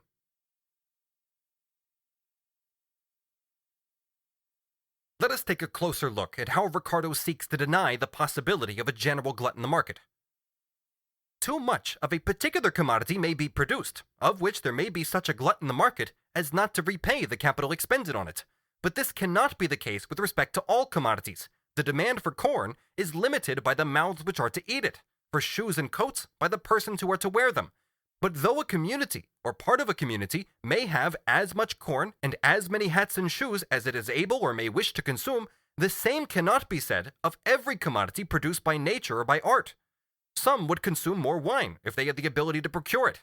Others, having enough of wine, would wish to increase the quantity or improve the quality of their furniture. Others might wish to ornament their grounds or to enlarge their houses. To wish to do all or some of these is implanted in every man's breast. Nothing is required but the means, and nothing can afford the means but an increase of production. Could there be a more childish argument? It runs like this. More of a particular commodity may be produced than can be consumed of it, but this cannot apply to all commodities at the same time, because the needs which the commodities satisfy have no limits, and all these needs are not satisfied at the same time. On the contrary, the fulfillment of one need makes another, so to speak, latent. Thus, nothing is required but the means to satisfy these wants, and these means can only be provided through an increase in production. Hence, no general overproduction is possible. What is the purpose of all this? In periods of overproduction, a large part of the nation, especially the working class, is less well provided than ever with corn, shoes, etc., not to speak of wine and furniture. If overproduction could only occur when all the members of a nation had satisfied even their most urgent needs, there could never, in the history of bourgeois society up to now, have been a state of general overproduction, or even a partial overproduction. When, for instance, the market is glutted by shoes or calicos or wines or colonial products, does this perhaps mean that 4/6 of the nation have more than satisfied their needs in shoes, calicos, etc.? What, after all, has overproduction to do with absolute needs? It is only concerned with demand that is backed by ability to pay. It is not a question of absolute overproduction, overproduction as such in relation to the absolute need or the desire to possess commodities. In this sense, there is neither partial nor general overproduction. and the one is not opposed to the other. But, Ricardo will say, when there are a lot of people who want shoes and calicos, why do they not obtain the means to acquire them by producing something which will enable them to buy shoes and calicos? Would it not be even simpler to say, why do they not produce shoes and calicos for themselves? An even stranger aspect of overproduction is that the workers, the actual producers of the very commodities which glut the market, are in need of these commodities. It cannot be said here that they should produce things in order to obtain them, for they have produced them, and yet they have not got them. Nor can it be said that a particular commodity gluts the market because no one is in want of it. If, therefore, it is even possible to explain that partial overproduction arises because the demand for the commodities that glut the market has been more than satisfied, it is quite impossible to explain away universal overproduction by declaring that needs, unsatisfied needs, exist for many of the commodities which are on the market. Let us keep to the example of the weaver of calico.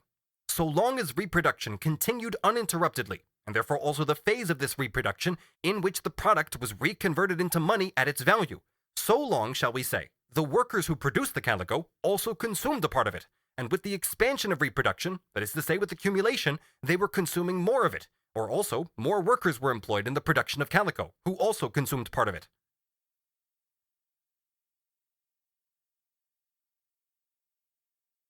Section 10. Crisis, which was a contingency, becomes a certainty. The crisis as the manifestation of all the contradictions of bourgeois economy.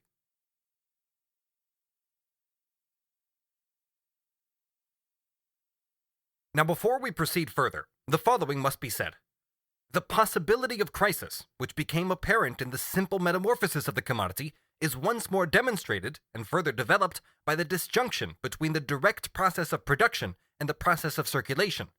As soon as these processes do not merge smoothly into one another, but become independent of one another, the crisis is there. The possibility of crisis is indicated in the metamorphosis of the commodity like this. Firstly, the commodity which actually exists as use value and nominally in its price as exchange value must be transformed into money, C to M. If this difficulty, the sale, is solved, then the purchase, M to C, presents no difficulty, since money is directly exchangeable for everything else. The use value of the commodity, the usefulness of the labor contained in it, must be assumed from the start, otherwise it is no commodity at all. It is further assumed that the individual value of the commodity is equal to its social value, that is to say that the labor time materialized in it is equal to the socially necessary labor time for the production of this commodity. The possibility of a crisis, insofar as it shows itself in the simple form of metamorphosis, thus only arises from the fact that the differences in form, the phases, which it passes through in the course of its progress, are in the first place necessarily complementary, and secondly, despite this intrinsic and necessary correlation, they are distinct parts and forms of the process, independent of each other, diverging in time and space, separable and separated from each other. The possibility of crisis, therefore, lies solely in the separation of sale from purchase. It is thus only in the form of commodity that the commodity has to pass through this difficulty here. As soon as it assumes the form of money, it has got over this difficulty. Subsequently, however, this too resolves into the separation of sale and purchase. If the commodity could not be withdrawn from circulation in the form of money, or its retransformation into commodity could not be postponed, as with direct barter, if purchase and sale coincided, then the possibility of crisis would, under the assumptions made, disappear. For it is assumed that the commodity represents use value for other owners of commodities. In the form of direct barter, the commodity is not exchangeable only if it has no use value, or when there are no other use values on the other side which can be exchanged for it. Therefore, only under these two conditions, either if one side has produced useless things, or if the other side has nothing useful to exchange as an equivalent for the first use value. In both cases, however, no exchange whatsoever would take place. But insofar as exchange did take place, its phases would not be separated. The buyer would be seller, and the seller buyer. The critical stage, which arises from the form of the exchange, insofar as it is circulation, would therefore cease to exist. And if we say that the simple form of metamorphosis comprises the possibility of crisis, we only say that in this form itself lies the possibility of the rupture and the separation of essentially complementary phases. But this also applies to the content. In direct barter, the bulk of production is intended by the producer to satisfy his own needs, or where the division of labor is more developed, to satisfy the needs of his fellow producers, needs that are known to him. What is exchanged as a commodity is the surplus, and it is unimportant whether this surplus is exchanged or not. In commodity production, the conversion of the product into money, the sale, is an essential condition. Direct production for personal needs does not take place. Crisis results from the impossibility to sell. The difficulty of transforming the commodity, the particular product of individual labor, into its opposite, money, i.e. abstract, general social labor, lies in the fact that money is not the particular product of individual labor, and that the person who has effected a sale, who therefore has commodities in the form of money, is not compelled to buy again at once, to transform the money again into a particular product of individual labor. In barter, this contradiction does not exist. No one can be a seller without being a buyer, or a buyer without being a seller. The difficulty of the seller, on the assumption that his commodity has use value, only stems from the ease with which the buyer can defer the retransformation of money into commodity. The difficulty of converting the commodity into money, of selling it, only arises from the fact that the commodity must be turned into money, but the money need not be immediately turned into commodity, and therefore sale and purchase can be separated. We have said that this form contains the possibility of crisis. That is to say, the possibility that elements which are correlated, which are inseparable, are separated, and consequently are forcibly reunited. Their coherence is violently asserted against their mutual independence. Crisis is nothing but the forcible assertion of the unity of phases of the production process which have become independent of each other. The general abstract possibility of crisis denotes no more than the most abstract form of crisis, without content, without a compelling motivating factor. Sale and purchase may fall apart. They thus represent potential crisis, and their coincidence always remains a critical factor for the commodity. The transition from one to the other may, however, proceed smoothly. The most abstract form of crisis, and therefore the formal possibility of crisis, is thus the metamorphosis of the commodity itself. The contradiction of exchange value and use value, and furthermore of money and commodity, comprised within the unity of the commodity, exists in metamorphosis only as an involved movement. The factors which turn this possibility of crisis into an actual crisis are not contained in this form itself. It only implies that the framework for a crisis exists. And in a consideration of the bourgeois economy, that is the important thing. The world trade crises must be regarded as the real concentration and forcible adjustment of all the contradictions of bourgeois economy.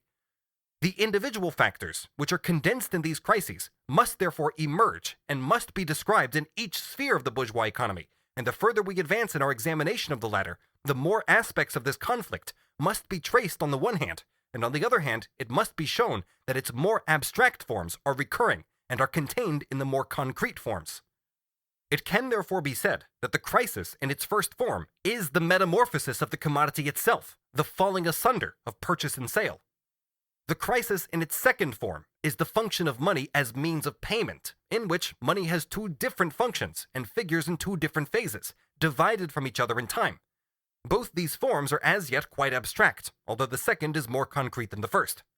To begin with, therefore, in considering the reproduction process of capital, which coincides with its circulation, it is necessary to prove that the above forms are simply repeated, or rather, that only here they receive a content, a basis on which to manifest themselves. Let us look at the movement of capital from the moment in which it leaves the production process as a commodity in order once again to emerge from it as a commodity. If we abstract here from all the other factors determining its content, then the total commodity capital and each individual commodity of which it is made up must go through the process C to M to C, the metamorphosis of the commodity. The general possibility of crisis, which is contained in this form, the falling apart of purchase and sale, is thus contained in the movement of capital, insofar as the latter is also a commodity and nothing but a commodity. From the interconnection of the metamorphoses of commodities, it follows, moreover, that one commodity is transformed into money because another is retransformed from the form of money into commodity. Furthermore, the separation of purchase and sale appears here in such a way that the transformation of one capital from the form commodity into the form money must correspond to the retransformation of the other capital from the form money into the form commodity. The first metamorphosis of one capital must correspond to the second metamorphosis of the other.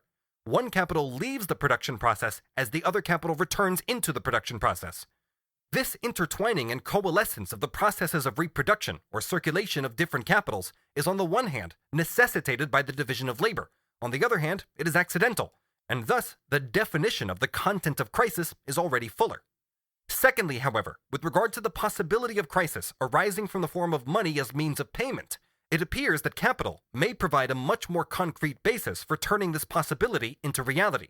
For example, the weaver must pay for the whole of the constant capital whose elements have been produced by the spinner, the flax grower, the machine builder, the iron and timber manufacturer, the producer of coal, etc. Insofar as these latter produce constant capital that only enters into the production of constant capital without entering into the cloth, the final commodity, they replace each other's means of production through the exchange of capital. Supposing the weaver now sells the cloth for £1,000 to the merchant, but in return for a bill of exchange, so that the money figures as means of payment. The weaver, for his part, hands over the bill of exchange to the banker, to whom he may thus be repaying a debt, or on the other hand, the banker may negotiate the bill for him. The flax grower has sold to the spinner in return for a bill of exchange, the spinner to the weaver, ditto the machine manufacturer to the weaver, ditto the iron and timber manufacturer to the machine manufacturer, ditto the coal producer to the spinner, weaver, machine manufacturer, iron and timber supplier. Besides, the iron, coal, timber, and flax producers have paid one another with bills of exchange. Now, if the merchant does not pay, then the weaver cannot pay his bill of exchange to the banker. The flax grower has drawn on the spinner, the machine manufacturer on the weaver and the spinner. The spinner cannot pay because the weaver cannot pay. Neither of them pay the machine manufacturer, and the latter does not pay the iron, timber, or coal supplier. And all of these in turn, as they cannot realize the value of their commodities, cannot replace that portion of value which is to replace their constant capital. Thus, the general crisis comes into being. This is nothing other than the possibility of crisis described when dealing with money as a means of payment. But here, in capitalist production, we can already see the connection between the mutual claims and obligations, the sales and purchases, through which the possibility can develop into actuality. In any case, if purchase and sale do not get bogged down, and therefore do not require forcible adjustment, and on the other hand, money as means of payment functions in such a way that claims are mutually settled, and thus the contradiction inherent in money as a means of payment is not realized. If, therefore, neither of these two abstract forms of crisis become real, no crisis exists. No crisis can exist unless sale and purchase are separated from one another and come into conflict, or the contradictions contained in money as means of payment actually come into play. Crisis, therefore, cannot exist without manifesting itself at the same time in its simple form, as the contradiction between sale and purchase, and the contradiction of money as means of payment. But these are merely forms, general possibilities of crisis, and hence also forms, abstract forms, of actual crisis. In them, the nature of crisis appears in its simplest forms, and insofar as this form is itself the simplest content of crisis in its simplest content. But the content is not yet substantiated. Simple circulation of money, and even the circulation of money as a means of payment, and both come into being long before capitalist production, while there are no crises, are possible and actually take place without crises. These forms alone, therefore, do not explain why their crucial aspect becomes prominent, and why the potential contradiction contained in them becomes a real contradiction. This shows how insipid the economists are, who, when they are no longer able to explain away the phenomenon of overproduction and crises, are content to say that these forms contain the possibility of crises, that it is therefore accidental whether or not crises occur, and consequently their occurrence is itself merely a matter of chance. The contradictions inherent in the circulation of commodities, which are further developed in the circulation of money, and thus also the possibilities of crisis, reproduce themselves automatically in capital, since developed circulation of commodities and of money, in fact, only takes place on the basis of capital. But now, the further development of the potential crisis has to be traced. The real crisis can only be deduced from the real movement of capitalist production, competition, and credit. Insofar as a crisis arises out of the special aspects of capital, which are peculiar to it as capital, and not merely comprised in its existence as commodity and money, the mere direct production process of capital in itself cannot add anything new in this context. In order to exist at all, its conditions are presupposed. The first section dealing with capital, the direct process of production, does not contribute any new element of crisis, although it does contain such an element, because the production process implies appropriation and hence production of surplus value. But this cannot be shown when dealing with the production process itself, for the latter is not concerned with the realization either of the reproduced value or of the surplus value. This can only emerge in the circulation process, which is in itself also a process of reproduction. Furthermore, it is necessary to describe the circulation or reproduction process before dealing with the already existing capital and profit, since we have to explain not only how capital produces, but also how capital is produced. But the actual movement starts from the existing capital, i.e. the actual movement denotes developed capitalist production, which starts from and presupposes its own basis. The process of reproduction and the predisposition to crisis, which is further developed in it, are therefore only partially described under this heading, and require further elaboration in the chapter on capital and profit.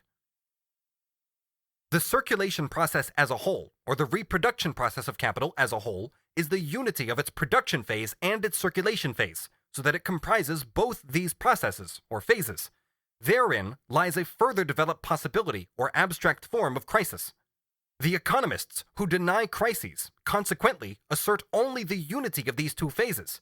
If they were only separate, without being a unity, then their unity could not be established by force, and there could be no crisis. If they were only a unity, without being separate, then no violent separation would be possible, implying a crisis. Crisis is the forcible establishment of unity between elements that have become independent, and the enforced separation from one another of elements which are essentially one.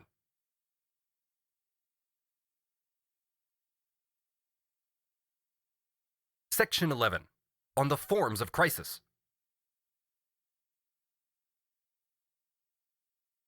Therefore, 1. The general possibility of crisis is given in the process of metamorphosis of capital itself, and in two ways. Insofar as money functions as means of circulation, the possibility of crisis lies in the separation of purchase and sale, and insofar as money functions as means of payment, it has two different aspects. It acts as measure of value and as realization of value. These two aspects may become separated. If in the interval between them, the value is changed, if the commodity at the moment of its sale is not worth what it was worth at the moment when money was acting as measure of value, and therefore as a measure of the reciprocal obligations, then the obligation cannot be met from the proceeds of the sale of the commodity, and therefore the whole series of transactions, which retrogressively depend on this one transaction, cannot be settled. If even for only a limited period of time, the commodity cannot be sold, then although its value has not altered, money cannot function as means of payment, since it must function as such in a definite given period of time. But as the same money acts for a whole series of reciprocal transactions and obligations here, inability to pay occurs not only at one but at many points, hence a crisis arises. These are the formal possibilities of crisis. The form mentioned first is possible without the latter, that is to say, crises are possible without credit, without money functioning as means of payment. But the second form is not possible without the first, that is to say, without the separation between purchase and sale. But in the latter case, the crisis occurs not only because the commodity is unsaleable, but because it is not saleable within a particular period of time, and the crisis arises and derives its character not only from the unsalability of the commodity, but from the non-fulfillment of a whole series of payments which depend on the sale of this particular commodity within this particular period of time. This is the characteristic form of money crises. If the crisis appears, therefore, because purchase and sale have become separated, it becomes a money crisis as soon as money has developed as means of payment, and this second form of crisis follows as a matter of course when the first occurs. In investigating why the general possibility of crisis turns into a real crisis, in investigating the conditions of crisis, it is therefore quite superfluous to concern oneself with the forms of crisis which arise out of the development of money as means of payment. This is precisely why economists like to suggest that this obvious form is the cause of crises. Insofar as the development of money as means of payment is linked with the development of credit and of excess credit, the causes of the latter have to be examined, but this is not yet the place to do it. 2. Insofar as crises arise from changes in prices and revolutions in prices which do not coincide with changes in the values of commodities, they naturally cannot be investigated during the examination of capital in general, in which the prices of commodities are assumed to be identical with the values of commodities. 3. The general possibility of crisis is the formal metamorphosis of capital itself, the separation in time and space of purchase and sale. But this is never the cause of the crisis, for it is nothing but the most general form of crisis, i.e. the crisis itself in its most generalized expression. But it cannot be said that the abstract form of crisis is the cause of crisis. If one asks what its cause is, one wants to know why its abstract form, the form of its possibility, turns from possibility into actuality.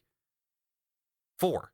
The general conditions of crises, insofar as they are independent of price fluctuations, whether these are linked with the credit system or not, as distinct from fluctuations in value, must be explicable from the general conditions of capitalist production. A crisis can arise firstly in the course of the reconversion of money into productive capital, and secondly through changes in the value of the elements of productive capital, particularly of raw material. For example, when there is a decrease in the quantity of cotton harvested, its value will thus rise. We are not as yet concerned with prices here, but with values. First phase, the reconversion of money into capital. A definite level of production or reproduction is assumed. Fixed capital can be regarded here as given, as remaining unchanged and not entering into the process of the creation of value. Since the reproduction of raw material is not dependent solely on the labor employed on it, but on the productivity of this labor, which is bound up with natural conditions, it is possible for the volume, the amount of the product of the same quantity of labor, to fall as a result of bad harvests. The value of the raw material therefore rises, its volume decreases. In other words, the proportions in which the money has to be reconverted into the various component parts of capital in order to continue production on the former scale are upset. More must be expended on raw material, less remains for labor, and it is not possible to absorb the same quantity of labor as before. Firstly, this is physically impossible because of the deficiency in raw material. Secondly, it is impossible because a greater portion of the value of the product has to be converted into raw material, thus leaving less for conversion into variable capital. Reproduction cannot be repeated on the same scale. A part of fixed capital stands idle, and a part of the workers is thrown out onto the streets. The rate of profit falls because the value of constant capital has risen, as against that of variable capital, and less variable capital is employed. The fixed charges, interest, rent, which were based on the anticipation of a constant rate of profit and exploitation of labor, remain the same, and in part cannot be paid. Hence, crisis of labor and crisis of capital. This is therefore a disturbance in the reproduction process due to the increase in the value of that part of the constant capital which has to be replaced out of the value of the product. Moreover, although the rate of profit is decreasing, there is a rise in the price of the product. If this product enters into other spheres of production as a means of production, the rise in its price will result in the same disturbance in reproduction in these spheres. If it enters into general consumption as a means of subsistence, it either enters also into the consumption of workers or not. If it does so, then its effects will be the same as those of a disturbance in variable capital, of which we shall speak later. But insofar as it enters into general consumption, it may result, if its consumption is not reduced, in a diminished demand for other products, and consequently prevent their reconversion into money at their value, thus disturbing the other aspect of their reproduction, not the reconversion of money into productive capital, but the reconversion of commodities into money. In any case, the volume of profits and the volume of wages is reduced in this branch of production, thereby reducing a part of the necessary returns from the sale of the commodities from other branches of production. Such a shortage of raw material may, however, occur not only because of the influence of harvests or of the natural productivity of the labor which supplies the raw material. For if an excessive portion of the surplus value of the additional capital is laid out in machinery, etc., in a particular branch of production, then although the raw material would have been sufficient for the old level of production, it will be insufficient for the new. This therefore arises from the disproportionate conversion of additional capital into its various elements. It is a case of overproduction of fixed capital, and gives rise to exactly the same phenomena as occur in the first case. Or the crises are due to an overproduction of fixed capital, and therefore a relative underproduction of circulating capital. Since fixed capital, like circulating, consists of commodities, it is quite ridiculous that the same economists who admit overproduction of fixed capital deny the overproduction of commodities. 5. Crises arising from disturbances in the first phase of reproduction, that is to say, interrupted conversion of commodities into money, or interruption of sale. In the case of crises of the first sort, which result from the rise in the price of raw materials, the crisis arises from interruptions in the flowing back of the elements of productive capital.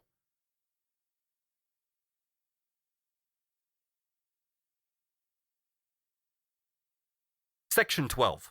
Contradictions between production and consumption under conditions of capitalism.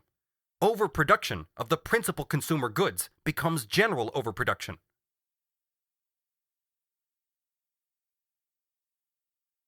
Before embarking on an investigation of the new forms of crisis, we shall resume our consideration of Ricardo in the above example.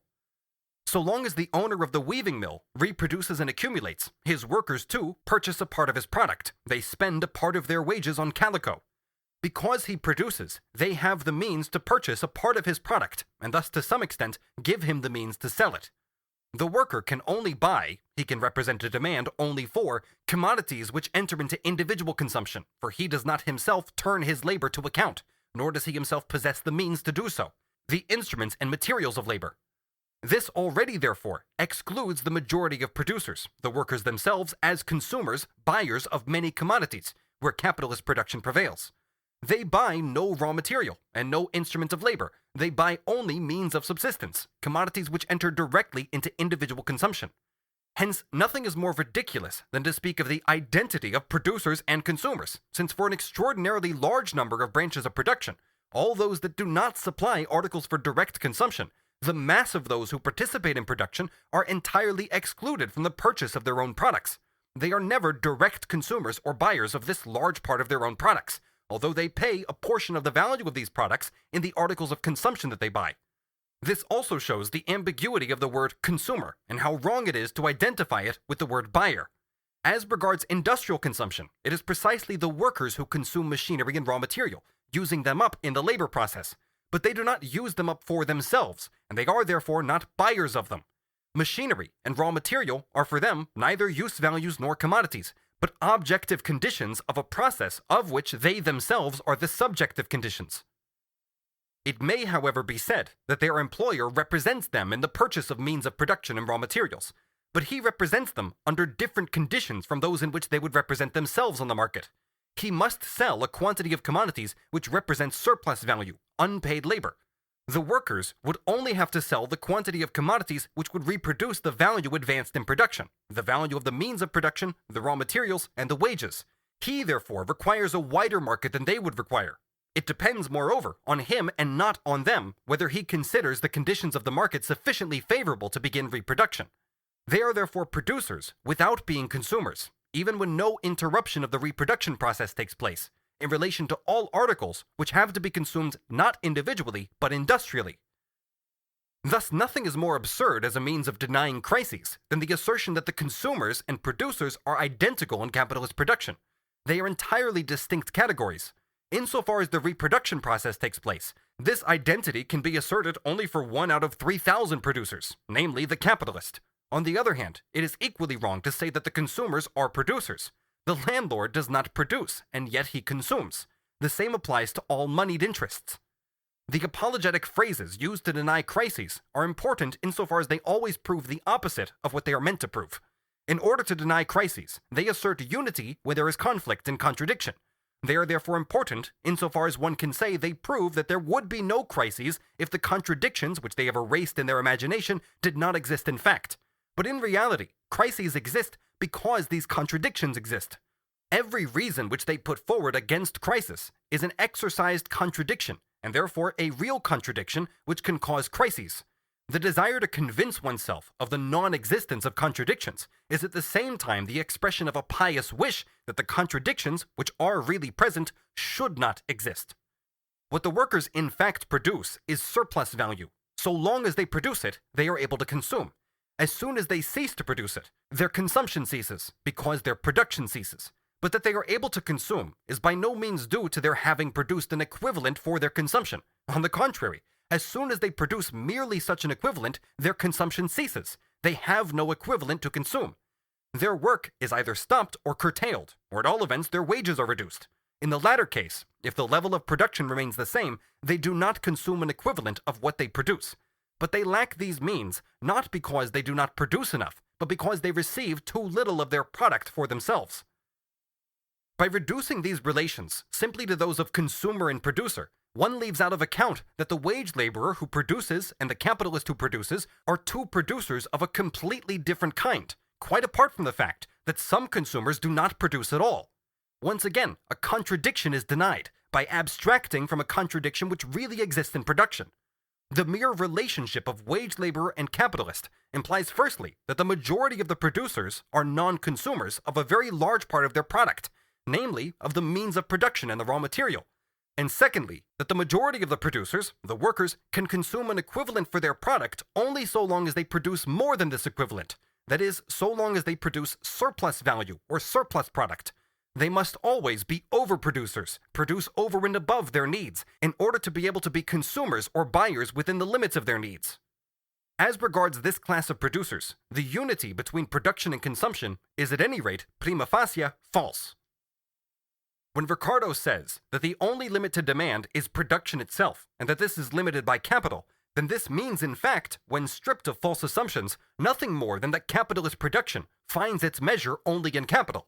In this context, however, the term capital also includes the labor power, which is incorporated in, bought by, capital as one of its conditions of production. The question is whether capital as such is also the limit for consumption. At any rate, it is so in a negative sense, that is, more cannot be consumed than is produced. But the question is whether this applies in a positive sense too, whether, on the basis of capitalist production, as much can and must be consumed as is produced. Ricardo's proposition, when correctly analyzed, says the very opposite of what it is meant to say, namely, that production takes place without regard to the existing limits of consumption, but is limited only by capital itself, and this is indeed characteristic of this mode of production. Thus, according to the assumption, the market is glutted, for instance with cotton cloth, so that part of it remains unsold, or all of it, or it can only be sold well below its price. For the time being, we shall call it value, because while we are considering circulation, or the reproduction process, we are still concerned with value, and not yet with cost price, even less with market price. It goes without saying that in the whole of this observation, it is not denied that too much may be produced in individual spheres, and therefore too little in others. Partial crises can thus arise from disproportionate production. Proportionate production is, however, always only the result of disproportionate production on the basis of competition. And a general form of this disproportionate production may be overproduction of fixed capital, or on the other hand, overproduction of circulating capital. Just as it is a condition for the sale of commodities at their value that they contain only the socially necessary labor time, so it is for an entire sphere of production of capital that only the necessary part of the total labor time of society is used in the particular sphere, only the labor time which is required for the satisfaction of social need. If more is used, then even if each individual commodity only contains the necessary labor time, the total contains more than the socially necessary labor time. In the same way, although the individual commodity has use value, the total sum of commodities loses some of its use value under the conditions assumed.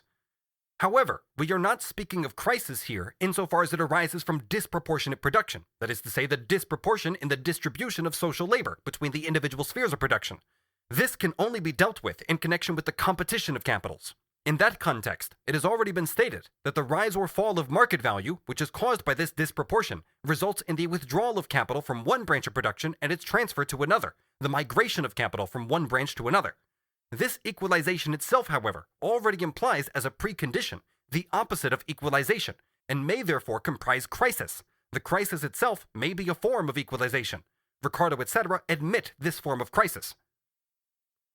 When considering the production process, we saw that the whole aim of capitalist production is appropriation of the greatest possible amount of surplus labor. In other words, the realization of the greatest possible amount of immediate labor time with the given capital, be it through the prolongation of the working day or the reduction of the necessary labor time through the development of the productive power of labor by means of cooperation, division of labor, machinery, etc. In short, large-scale production, i.e. mass production. It is thus in the nature of capitalist production to produce without regard to the limits of the market. During the examination of reproduction, it is in the first place assumed that the method of production remains the same, and it remains the same moreover for a period while production expands. The volume of commodities produced is increased in this case because more capital is employed, and not because capital is employed more productively. But the mere quantitative increase in capital at the same time implies that its productive power grows. If its quantitative increase is the result of the development of productive power, then the latter in turn develops on the assumption of a broader, extended capitalist basis. Reciprocal interaction takes place in this case. Reproduction on an extended basis, accumulation, even if originally it appears only as a quantitative expansion of production, the use of more capital under the same conditions of production at a certain point, therefore, always represents also a qualitative expansion in the form of greater productivity of the conditions under which reproduction is carried out. Consequently, the volume of products increases not only in simple proportion to the growth of capital.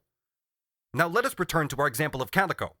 The stagnation in the market, which is glutted with cotton cloth, hampers the reproduction process of the weaver. This disturbance first affects his workers. Thus, they are now, to a smaller extent, or not at all, consumers of his commodity, cotton cloth, and of other commodities which entered into their consumption. It is true that they need cotton cloth, but they cannot buy it because they have not the means, and they have not the means because they cannot continue to produce, and they cannot continue to produce because too much has been produced. Too much cotton cloth is already on the market. Neither Ricardo's advice to increase their production, nor his alternative to produce something else can help them. They now form a part of the temporary surplus population, of the surplus production of workers, in this case of cotton producers, because there is a surplus production of cotton fabrics on the market. But apart from the workers who are directly employed by the capital invested in cotton weaving, a large number of other producers are hit by this interruption in the reproduction process of cotton. Spinners, cotton growers, engineers, producers of spindles, looms, etc., iron and coal producers, and so on. Reproduction in all these spheres would also be impeded because the reproduction of cotton cloth is a condition for their own reproduction. This would happen even if they had not overproduced in their own spheres, that is to say, had not produced beyond the limit set and justified by the cotton industry when it was working smoothly. All these industries have this in common, that their revenue, wages and profit, insofar as the latter is consumed as revenue and not accumulated, is not consumed by them in their own product, but in the product of the other spheres, which produce articles of consumption, calico among others. Thus the consumption of and the demand for calico fall just because there is too much of it on the market. But this also applies to all other commodities on which, as articles of consumption, the revenue of these indirect producers of cotton is spent. Their means for buying calico and other articles of consumption shrink, contract, because there is too much calico on the market. This also affects other commodities, that is, articles of consumption. They are now, all of a sudden, relatively overproduced, because the means with which to buy them, and therefore the demand for them, have contracted. Even if there has been no overproduction in these spheres, now they are overproducing. If overproduction has taken place not only in cotton, but also in linen, silk, and woolen fabrics, then it can be understood how overproduction in these few but leading articles calls forth a more or less general relative overproduction on the whole market. On the one hand, there is a superabundance of all the means of reproduction, and a superabundance of all kinds of unsold commodities on the market. On the other hand, bankrupt capitalists and destitute, starving workers. This, however, is a two-edged argument. If it is easily understood how overproduction of some leading articles of consumption must bring in its wake the phenomenon of a more or less general overproduction, it is by no means clear how overproduction of these articles can arise. For the phenomenon of general overproduction is derived from the interdependence not only of the workers directly employed in these industries, but of all branches of industries which produce the elements of their products, the various stages of their constant capital. In the latter branches of industry, overproduction is an effect, but whence does it come in the former? For the latter branches of industry continue to produce so long as the former go on producing, and along with this continued production, a general growth in revenue, and therefore in their own consumption, seems assured.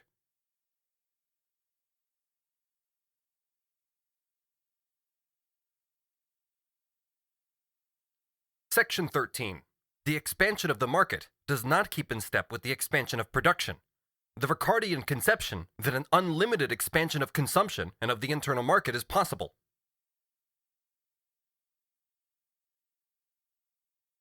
If one were to answer the question by pointing out that the constantly expanding production requires a constantly expanding market, and that production expands more rapidly than the market, then one would merely have used different terms to express the phenomenon which has to be explained, concrete terms instead of abstract terms.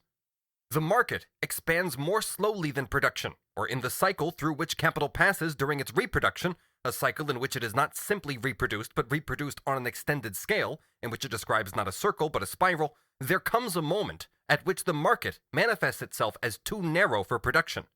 This occurs at the end of the cycle, but it merely means the market is glutted.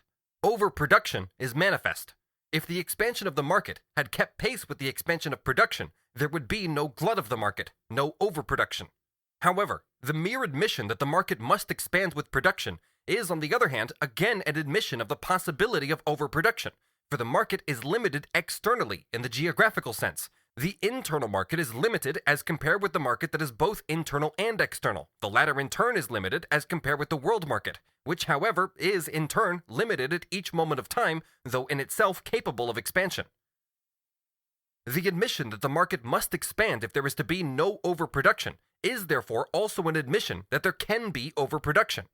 For it is then possible, since market and production are two independent factors, that the expansion of one does not correspond with the expansion of the other, that the limits of the market are not extended rapidly enough for production, or that new markets, new extensions of the market, may be rapidly outpaced by production, so that the expanded market becomes just as much a barrier as the narrower market was formerly.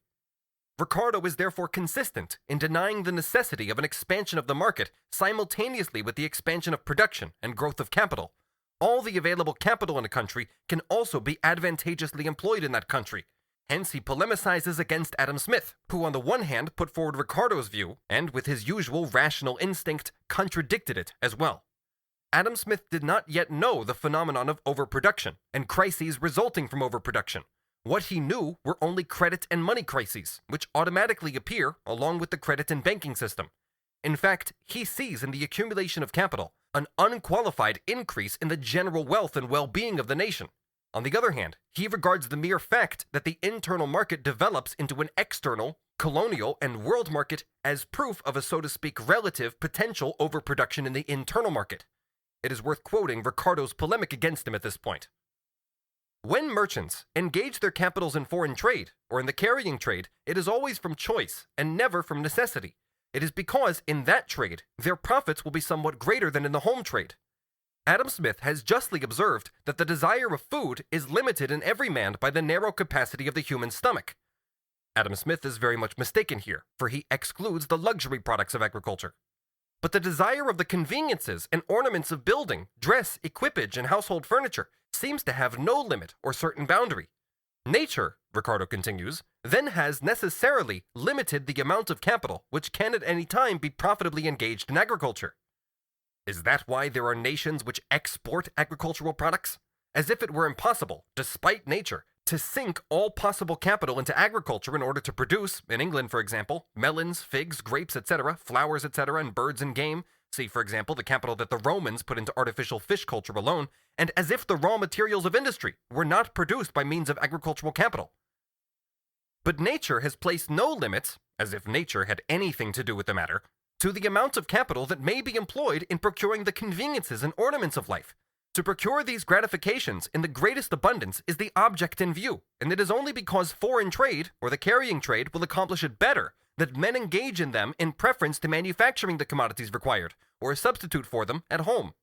If, however, from peculiar circumstances, we were precluded from engaging capital in foreign trade, or in the carrying trade, we should, though with less advantage, employ it at home.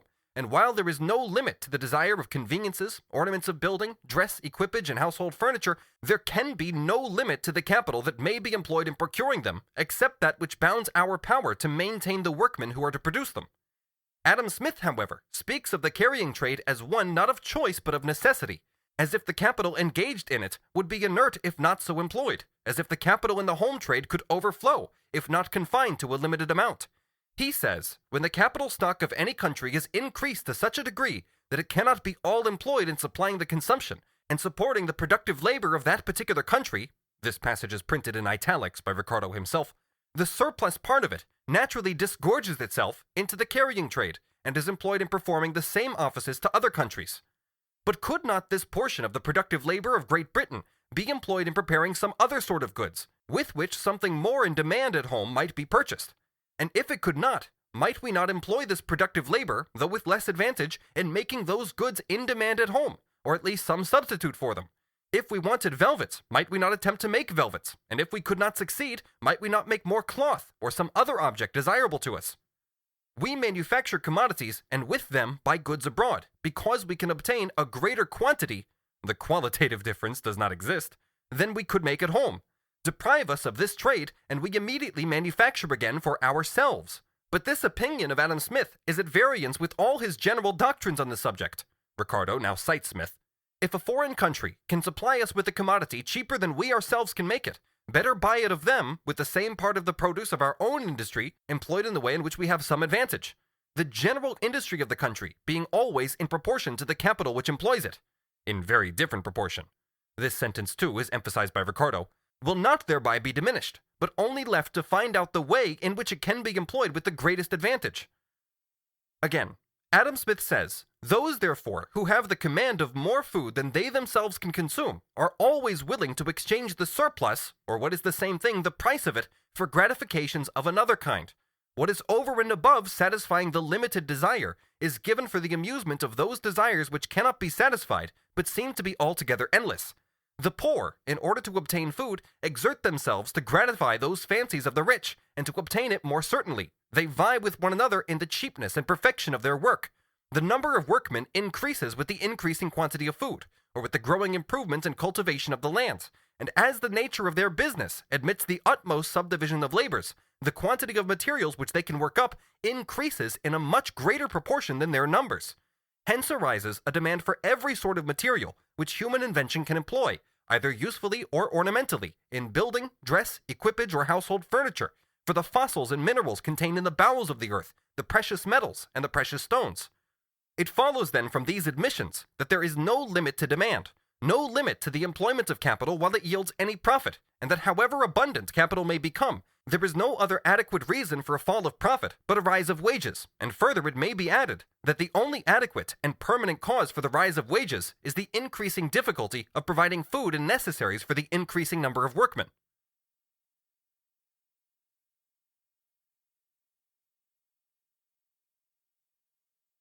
Section 14.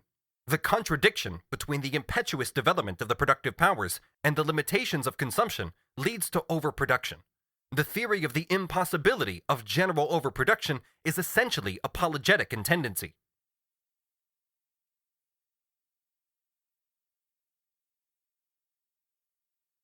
The word overproduction in itself leads to error.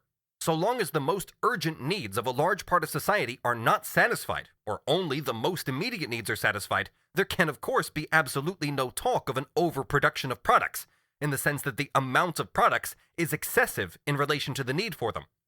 On the contrary, it must be said that on the basis of capitalist production, there is constant underproduction in this sense.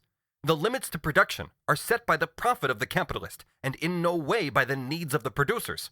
But overproduction of products and overproduction of commodities are two entirely different things. If Ricardo thinks that the commodity form makes no difference to the product, and furthermore that commodity circulation differs only formally from barter, that in this context the exchange value is only a fleeting form of the exchange of things, and that money is therefore merely a formal means of circulation, then this in fact is in line with his presupposition that the bourgeois mode of production is the absolute mode of production. Hence, it is a mode of production without any definite specific characteristics. Its distinctive traits are merely formal. He cannot therefore admit that the bourgeois mode of production contains within itself a barrier to the free development of the productive forces, a barrier which comes to the surface in crises, and in particular in overproduction, the basic phenomenon in crises.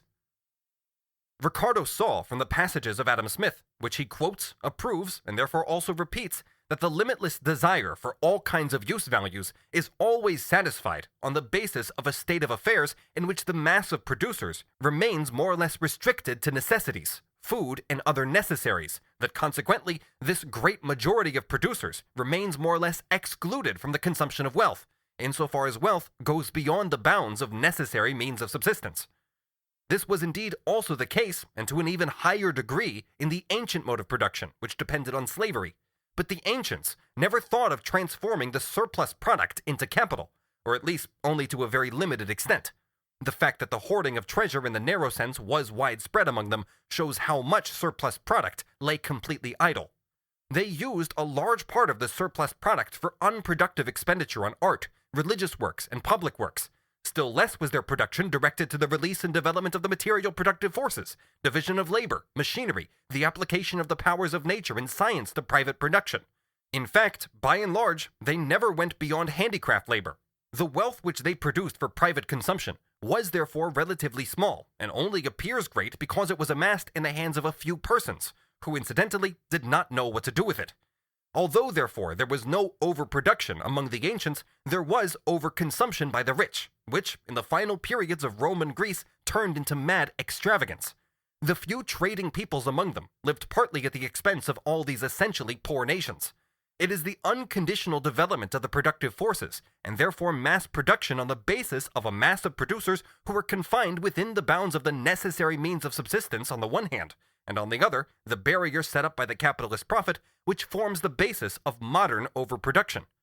All the objections which Ricardo and others raise against overproduction rest on the fact that they regard bourgeois production either as a mode of production in which no distinction exists between purchase and sale, direct barter, or as social production, implying that society, as if according to a plan, distributes its means of production and productive forces in the degree and measure which is required for the fulfillment of various social needs, so that each sphere of production receives the quota of social capital required to satisfy the corresponding need.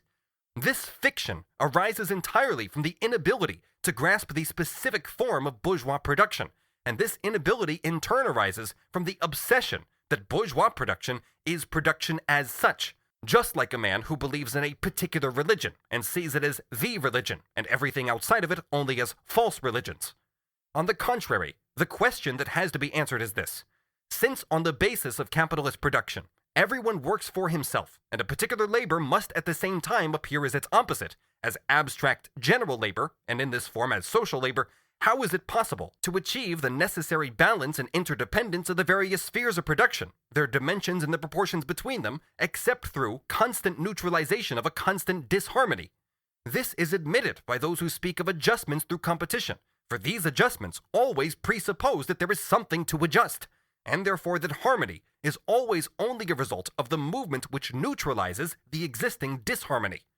That is why Ricardo admits that a glut of certain commodities is possible. What is supposed to be impossible is only a simultaneous general glut of the market. The possibility of overproduction in any particular sphere of production is therefore not denied. It is the simultaneity of this phenomenon for all spheres of production which is said to be impossible, and therefore makes impossible general overproduction, and thus a general glut of the market. This expression must always be taken with a grain of salt, since in times of general overproduction, the overproduction in some spheres is always only the result, the consequence of overproduction in the leading articles of commerce. It is always only relative, i.e. overproduction because overproduction exists in other spheres. Apologetics turns this into its very opposite. There is only overproduction in the leading articles of commerce, in which alone active overproduction shows itself. These are on the whole articles which can only be produced on a mass scale and by factory methods, also in agriculture, because overproduction exists in those articles in which relative or passive overproduction manifests itself. According to this, overproduction only exists because overproduction is not universal. The relativity of overproduction, that actual overproduction in a few spheres calls forth overproduction in others, is expressed in this way. There is no universal overproduction, because if overproduction were universal, all spheres of production would retain the same relation to one another. Therefore, universal overproduction is proportional production, which excludes overproduction. And this is supposed to be an argument against universal overproduction. For since universal overproduction, in the absolute sense, would not be overproduction, but only a greater than usual development of the productive forces in all spheres of production, it is alleged that actual overproduction, which is precisely not this non-existent, self-abrogating overproduction, does not exist, although it only exists because it is not this. If this miserable sophistry is more closely examined, it amounts to this. Suppose that there is overproduction in iron, cotton goods, linen, silk, woolen cloth, etc. Then it cannot be said, for example, that too little coal has been produced, and that this is the reason for the above overproduction. For that overproduction of iron, etc., involves an exactly similar overproduction of coal as, say, the overproduction of woven cloth does of yarn. Overproduction of yarn as compared with cloth, or iron as compared with machinery, etc., could occur. This would always be a relative overproduction of constant capital. There cannot, therefore, be any question of the underproduction of those articles whose overproduction is implied because they enter as an element, raw material, auxiliary material, or means of production into those articles, the particular commodity of which too much may be produced, whose positive overproduction is precisely the fact to be explained. Rather, it is a question of other articles which belong directly to other spheres of production, and can neither be subsumed under the leading articles of commerce, which according to the assumption have been overproduced, nor be attributed to spheres in which, because they supply the intermediate product for the leading articles of commerce, production must have reached at least the same level as in the final phases of the product, although there is nothing to prevent overproduction in those spheres from having gone even further ahead, thus causing an overproduction within the overproduction. For example, although sufficient coal must have been produced in order to keep going all those industries into which coal enters as a necessary condition of production, and therefore the overproduction of coal is implied in the overproduction of iron, yarn, etc., even if coal was only produced in proportion to the production of iron and yarn, etc., it is also possible that more coal was produced than was required even for the overproduction of iron, yarn, etc. This is not only possible, but very probable. For the production of coal and yarn, and of all other spheres of production which produce only the conditions or earlier phases of a product to be completed in another sphere, is governed not by the immediate demand, by the immediate production or reproduction, but by the degree, measure, proportion in which these are expanding. And it is self-evident that in this calculation, the target may well be overshot. Thus, not enough has been produced of other articles, such as, for example, pianos, precious stones, etc. They have been underproduced. There are, however, also cases where the overproduction of non-leading articles is not the result of overproduction, but where, on the contrary, underproduction is the cause of overproduction, as for instance when there has been a failure in the grain crop or the cotton crop. The absurdity of this statement becomes particularly marked if it is applied to the international scene, as it has been by Say and others after him. For instance, that England has not overproduced, but Italy has underproduced. There would have been no overproduction if, in the first place, Italy had enough capital to replace the English capital exported to Italy in the form of commodities, and secondly, if Italy had invested this capital in such a way that it produced those particular articles which are required by English capital, partly in order to replace itself, and partly in order to replace the revenue yielded by it.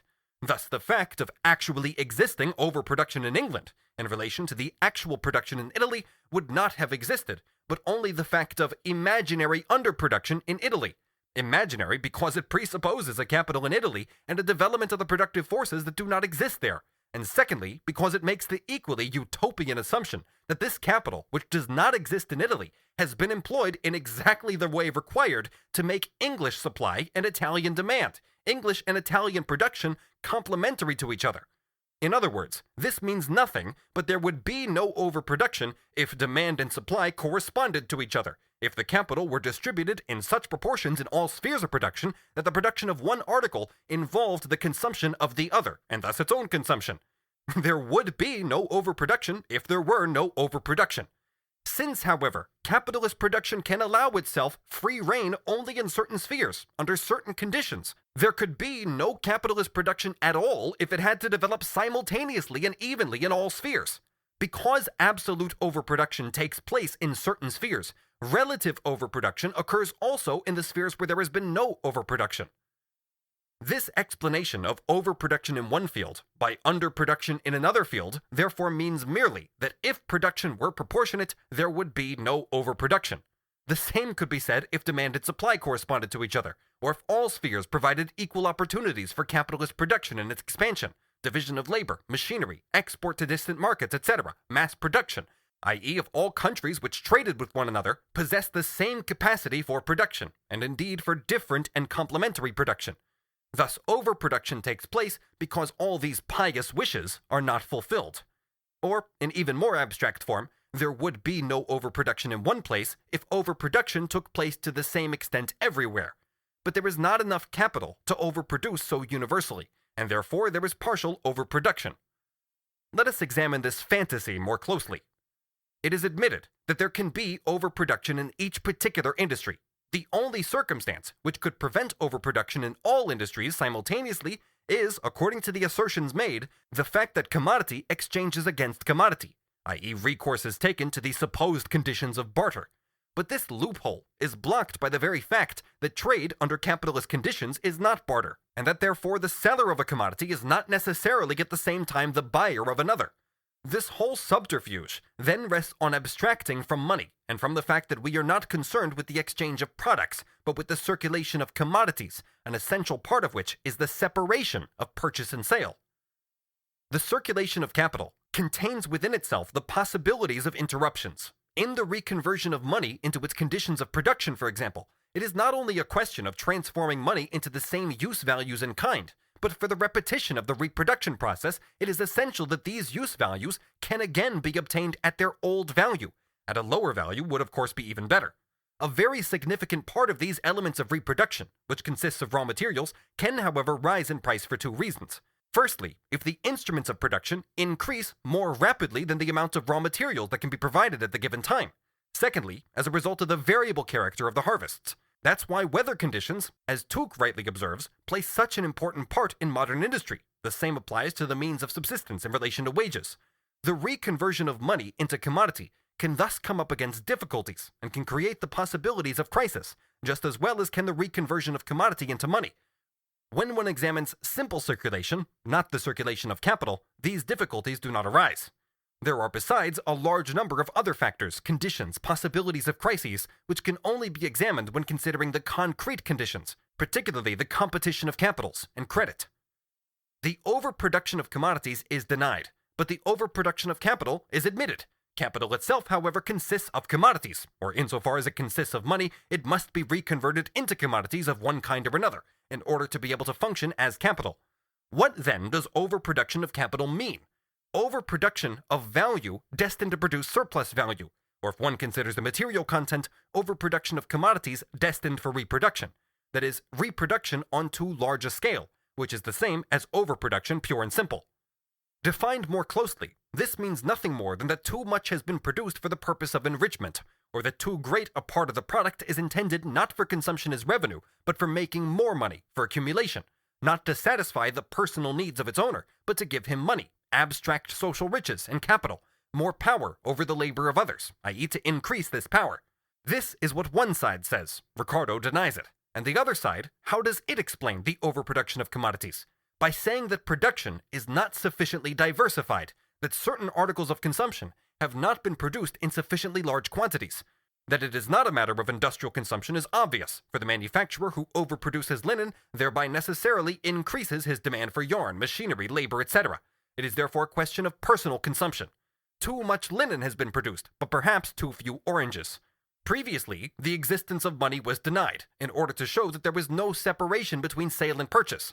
Here, the existence of capital is denied, in order to transform the capitalists into people who carry out the simple operation C to M to C, and who produce for individual consumption, and not as capitalists, with the aim of enrichment, i.e. the reconversion of part of the surplus value into capital.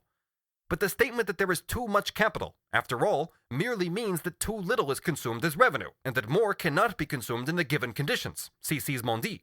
Why does the producer of linen demand from the producer of corn that he should consume more linen, or the latter demand that the linen manufacturer should consume more corn? Why does the man who produces linen not himself convert a larger part of his revenue into linen, and the farmer into corn? So far as each individual is concerned, it will be admitted that his desire for capitalization, apart from the limits of his needs, prevents him from doing this. But for all of them collectively, this is not admitted. We are entirely leaving out of account here that element of crises which arises from the fact that commodities are reproduced more cheaply than they were produced, hence the depreciation of the commodities on the market. In world market crises, all the contradictions of bourgeois production erupt collectively. In particular crises, particular in their content and extent, the eruptions are only sporadic, isolated, and one-sided. Overproduction is specifically conditioned by the general law of the production of capital, to produce to the limits set by productive forces, that is to say, to exploit the maximum amount of labor with the given amount of capital, without any consideration for the actual limits of the market, or the needs backed by the ability to pay. And this is carried out through continuous expansion of reproduction and accumulation, and therefore constant reconversion of revenue into capital, while on the other hand, the mass of the producers remain tied to the average level of needs, and must remain tied to it according to the nature of capitalist production.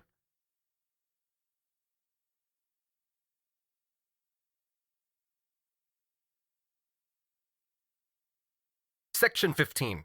Ricardo's views on the different types of accumulation of capital and on the economic consequences of accumulation.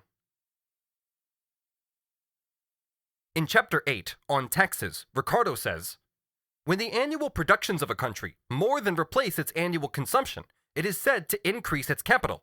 When its annual consumption is not at least replaced by its annual production, it is said to diminish its capital.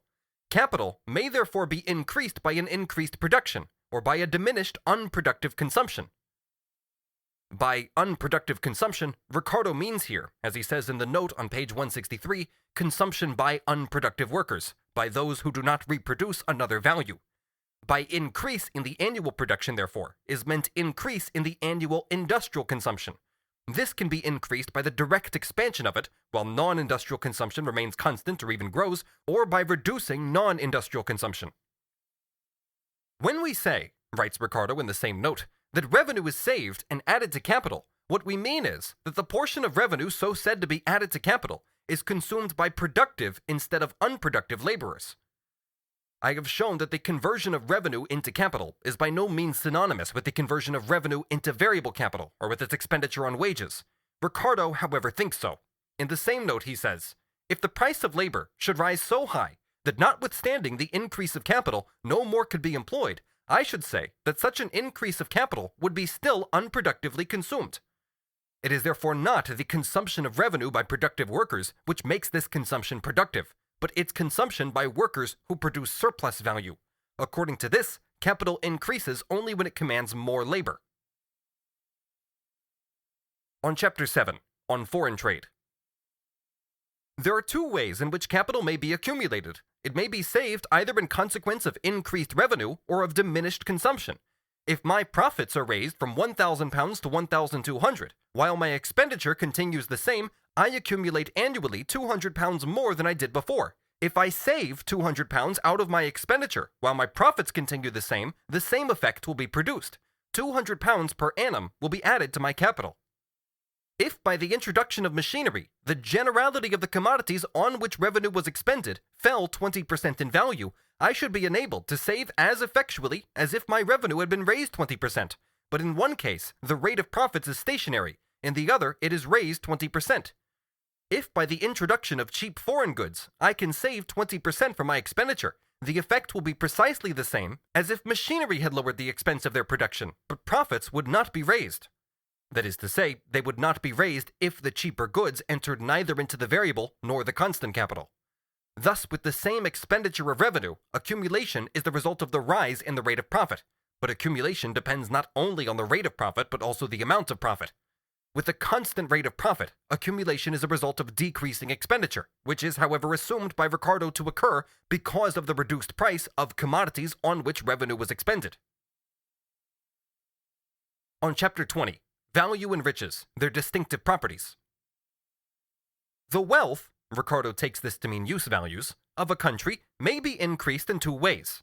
It may be increased by employing a greater portion of revenue in the maintenance of productive labor, which will not only add to the quantity, but to the value of the mass of commodities. Or it may be increased without employing any additional quantity of labor, by making the same quantity more productive, which will add to the abundance but not to the value of commodities. In the first case, a country would not only become rich, but the value of its riches would increase. It would become rich by parsimony, by diminishing its expenditure on objects of luxury and enjoyment, and employing those savings in reproduction. In the second case, there will not necessarily be either any diminished expenditure on luxuries and enjoyments, or any increased quantity of productive labor employed, but with the same labor, more would be produced. Wealth would increase, but not value.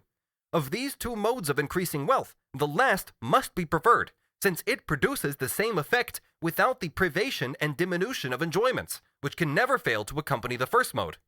Capital is that part of the wealth of a country which is employed with a view to future production, and may be increased in the same manner as wealth. An additional capital will be equally efficacious in the production of future wealth, whether it be obtained from improvements in skill and machinery, or from using more revenue reproductively. For wealth always depends on the quantity of commodities produced, without any regard to the facility with which the instruments employed in production may have been procured. A certain quantity of clothes and provisions will maintain and employ the same number of men, and will therefore procure the same quantity of work to be done, whether they be produced by the labor of 100 or 200 men, but they will be of twice the value if 200 have been employed on their production.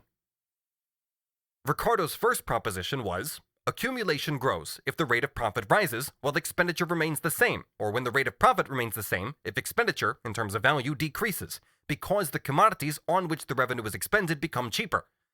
Now he puts forward another antithetical proposition. Accumulation grows, capital is accumulated in amount and value if a larger part of the revenue is withdrawn from individual consumption and directed to industrial consumption, if more productive labor is set in motion with the portion of revenue thus saved. In this case, accumulation is brought about by parsimony. Or expenditure remains the same and no additional productive labor is employed, but the same labor produces more, its productive power is raised. The elements which make up the productive capital, raw materials, machinery, etc., previously it was the commodities upon which revenue was expended, now it is the commodities employed as means of production, are produced with the same labor in greater quantities, better and therefore cheaper. In this case, accumulation depends neither on a rising rate of profit, nor on a greater portion of revenue being converted into capital as a result of parsimony, nor on a smaller portion of the revenue being spent unproductively as a result of a reduction in the price of those commodities on which revenue is expended. It depends here on labor becoming more productive in the spheres of production which produce the elements of capital itself, thus lowering the price of the commodities which enter into the production process as raw materials or instruments, etc.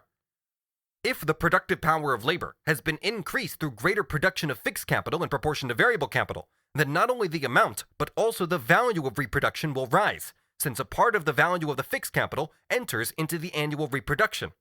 This can occur simultaneously with the growth of the population and with an increase in the number of workers employed, although the number of workers steadily declines relatively in proportion to the constant capital which they set in motion.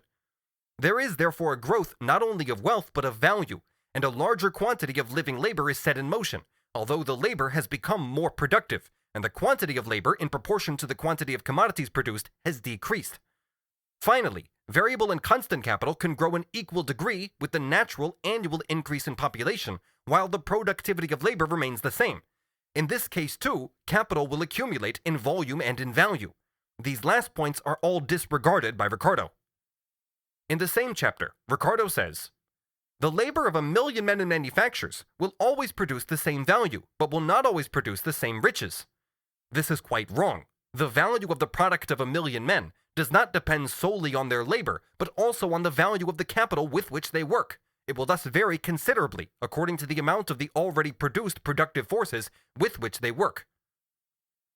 By the invention of machinery, by improvements in skill, by a better division of labor, or by the discovery of new markets where more advantageous exchanges may be made, 1,000,000 of men may produce double or triple the amount of riches, of necessaries, conveniences, and amusements in one state of society that they could produce in another, but they will not on that account add anything to value. They certainly will, since their past labor enters into the new reproduction to a much greater extent. For everything rises or falls in value in proportion to the facility or difficulty of producing it, or in other words, in proportion to the quantity of labor employed on its production. Each individual commodity may become cheaper, but the value of the increased total mass of commodities will rise. Suppose with a given capital, the labor of a certain number of men produced 1,000 pairs of stockings, and that by inventions in machinery, the same number of men can produce 2,000 pairs, or that they can continue to produce 1,000 pairs and can produce besides 500 hats. Then the value of the 2,000 pairs of stockings, or of the 1,000 pairs of stockings and 500 hats, will be neither more nor less than that of the 1,000 pairs of stockings before the introduction of machinery, for they will be the produce of the same quantity of labor. But the value of the general mass of commodities will nevertheless be diminished, for although the value of the increased quantity produced, in consequence of the improvement, will be the same exactly as the value would have been of the less quantity that would have been produced had no improvement taken place, an effect is also produced on the portion of goods still unconsumed, which were manufactured previously to the improvement. The value of those goods will be reduced, inasmuch as they must fall to the level, quantity for quantity, of the goods produced under all the advantages of the improvement. And the society will, notwithstanding the increased quantity of commodities, notwithstanding its augmented riches and its augmented means of enjoyment, have a less amount of value. By constantly increasing the facility of production, we constantly diminish the value of some of the commodities before produced, though by the same means we not only add to the national riches, but also to the power of future production. Ricardo says here that the continuous development of the productive forces diminishes the value of the commodities produced under less favorable conditions, whether they are still on the market or functioning as capital in the production process. But although the value of one part of the commodities will be reduced, it does not by any means follow from this that the value of the general mass of commodities will be diminished. This would only be the effect if, firstly, the value of the machinery and commodities that have been newly added as a result of the improvements is smaller than the loss in value suffered by previously existing goods of the same kind. Secondly, if one leaves out of account the fact that with the development of the productive forces, the number of spheres of production is also steadily increasing, thus creating possibilities for capital investment which previously did not exist at all.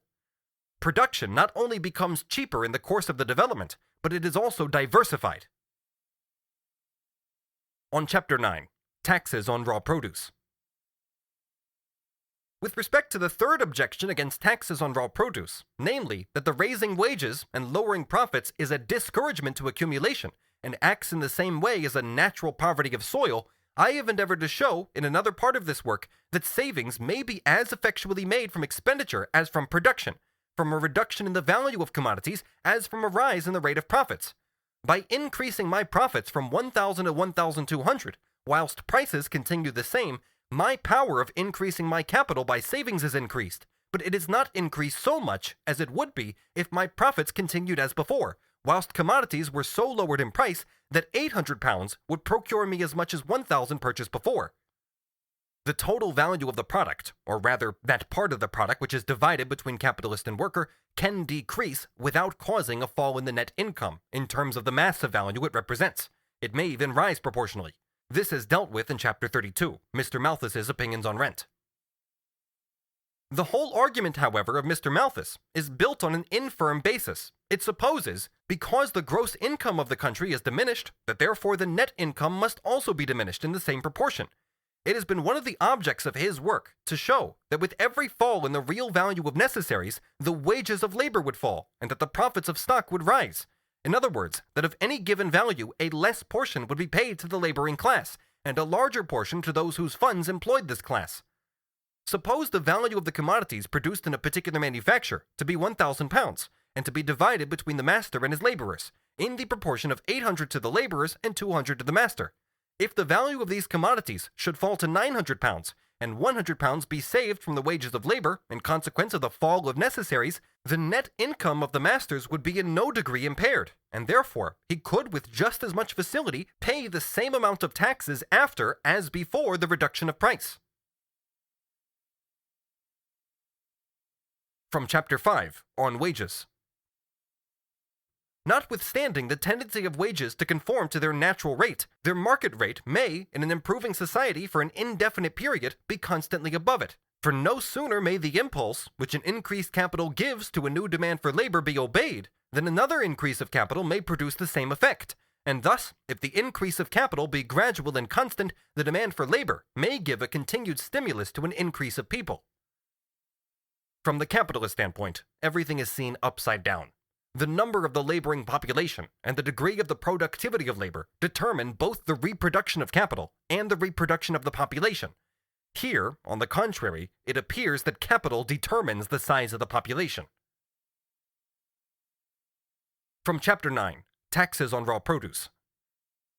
An accumulation of capital naturally produces an increased competition among the employers of labor and a consequent rise in its price.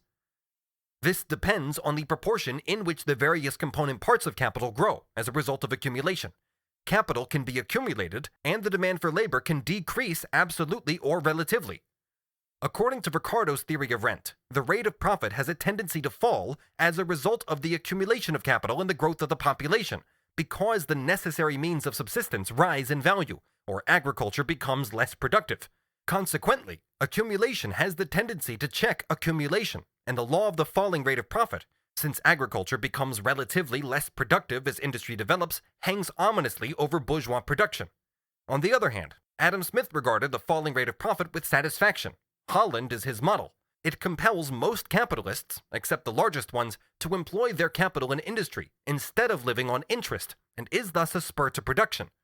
The dread of this pernicious tendency assumes tragic-comic forms among Ricardo's disciples. Let us here compare the passages in which Ricardo refers to this subject. From Chapter 5, on Wages.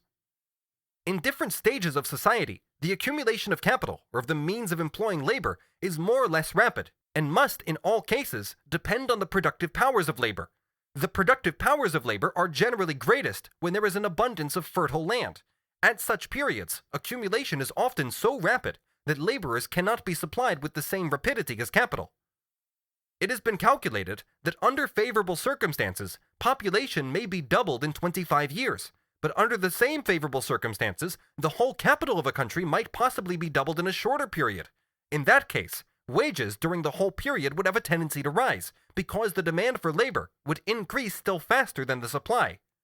In new settlements, where the arts and knowledge of countries far advanced in refinement are introduced, it is probable that capital has a tendency to increase faster than mankind, and if the deficiency of laborers were not supplied by more populous countries, this tendency would very much raise the price of labor.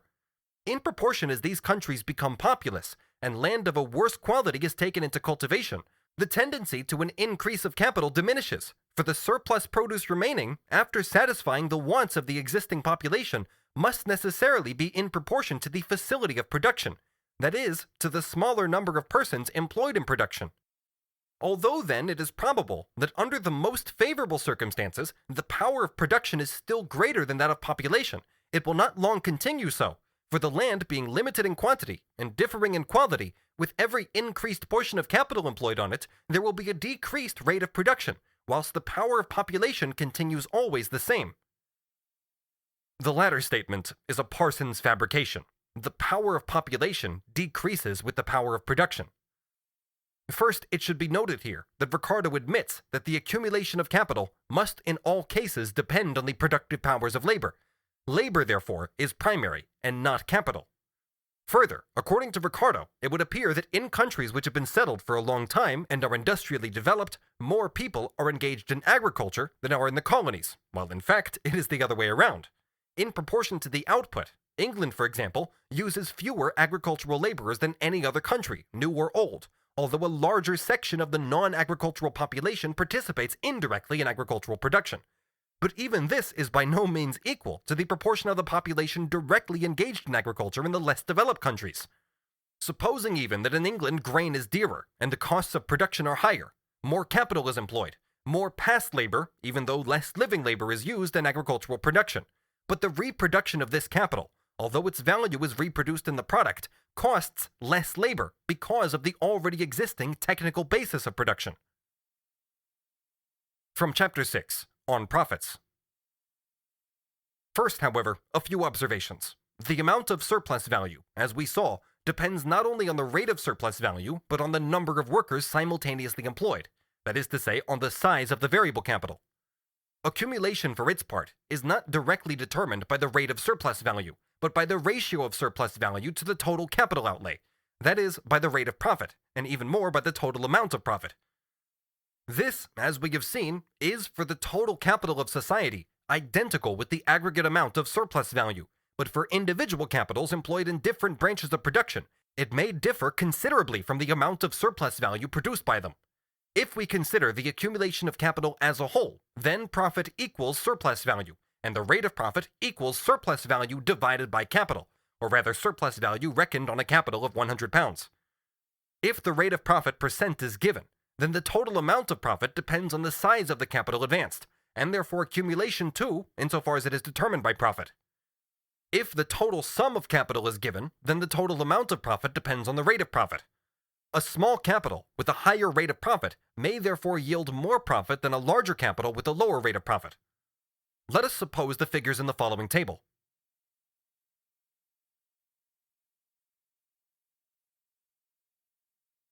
If the multiplier of the capital and the divisor of the rate of profit are the same, that is to say, if the size of the capital increases in the same proportion as the rate of profit falls, then the total profit remains unchanged. 100 at 10% amounts to 10, and 200 at 5% also amounts to 10. In other words, the amount of profit remains unchanged if the rate of profit falls in the same proportion in which the capital accumulates. If the rate of profit falls more rapidly than the capital grows, then the amount of profit decreases. 500 at 10% yields a total profit of 50, but 6 times as much, 3,000 at 1%, yields only 30. Finally, if capital grows faster than the rate of profit falls, the amount of profit increases in spite of the falling rate of profit. Thus 100 at 10% profit yields a profit of 10, but 300 at 4%, i.e. where the rate of profit has fallen by 60%, yields a profit of 12. Now to the passages from Ricardo. From Chapter 6, on profits. The natural tendency of profits, then, is to fall, for in the progress of society and wealth, the additional quantity of food required is obtained by the sacrifice of more and more labor. This tendency, this gravitation as it were of profits, is happily checked at repeated intervals by the improvements in machinery connected with the production of necessaries, as well as by discoveries in the science of agriculture, which enable us to relinquish a portion of labor before required, and therefore to lower the price of the prime necessary of the laborer. The rise in the price of necessaries and in the wages of labor is, however, limited, for as soon as wages should be equal to the whole receipts of the farmer, there must be an end of accumulation, for no capital can then yield any profit whatever, and no additional labor can be demanded, and consequently, population will have reached its highest point. Long indeed before this period, the very low rate of profits will have arrested all accumulation, and almost the whole produce of the country, after paying the laborers, will be the property of the owners of land and the receivers of tithes and taxes. This, as Ricardo sees it, is the bourgeois twilight of the gods, the day of judgment. Long before this state of prices was become permanent, there would be no motive for accumulation, for no one accumulates but with a view to make his accumulation productive, and consequently, such a state of prices could never take place. The farmer and manufacturer can no more live without profit than the laborer without wages. Their motive for accumulation will diminish with every diminution of profit, and will cease altogether when their profits are so low as not to afford them an adequate compensation for their trouble and the risk which they must necessarily encounter in employing their capital productively. I must again observe that the rate of profits would fall much more rapidly, for the value of the produce being what I have stated it under the circumstances supposed, the value of the farmer's stock would be greatly increased from its necessarily consisting of many of the commodities which had risen in value. Before corn could rise from £4 to 12, his capital would probably be doubled in exchangeable value and be worth £6,000 instead of £3,000. If then his profits were 180, or 6% on his original capital, profits would not at that time be really at a higher rate than 3%, for £6,000 at 3% gives 180, and on those terms only could a new farmer with £6,000 money in his pocket enter into the farming business. We should also expect that however the rate of the profits of stock might diminish in consequence of the accumulation of capital on the land and the rise of wages, yet that the aggregate amount of profits would increase. Thus supposing that with repeated accumulations of £100,000, the rate of profit should fall from 20 to 19, to 18, to 17%, a constantly diminishing rate, we should expect that the whole amount of profits received by those successive owners of capital would always be progressive, that it would be greater when the capital was £200,000 than when 100,000, still greater when 300,000, and so on increasing, though at a diminishing rate, with every increase of capital. This progression, however, is only true for a certain time. Thus 19% on £200,000 is more than 20 on 100,000. Again, 18% on 300,000 is more than 19 on 200,000. But after capital has accumulated to a large amount and profits have fallen, the further accumulation diminishes the aggregate of profits. Thus suppose the accumulation should be £1 million, and the profits 7%, the whole amount of profits will be £70,000. Now if an addition of £100,000 capital be made to the million, and profit should fall to 6%, £66,000, or a diminution of 4,000, will be received by the owners of stock, although the whole amount of stock will be increased from 1 million to 1.1 million. There can, however, be no accumulation of capital so long as stock yields any profit at all, without its yielding not only an increase of produce, but an increase of value. By employing £100,000 additional capital, no part of the former capital will be rendered less productive. The produce of the land and labor of the country must increase, and its value will be raised not only by the value of the addition which is made to the former quantity of productions, but by the new value which is given to the whole produce of the land, by the increased difficulty of producing the last portion of it. When the accumulation of capital, however, becomes very great, notwithstanding this increased value, it will be so distributed that a less value than before will be appropriated to profits, while that which is devoted to rent and wages will be increased. Although a greater value is produced, a greater proportion of what remains of that value, after paying rent, is consumed by the producers, and it is this and this alone which regulates profits. Whilst the land yields abundantly, wages may temporarily rise, and the producers may consume more than their accustomed proportion, but the stimulus, which will thus be given to population, will speedily reduce the laborers to their usual consumption.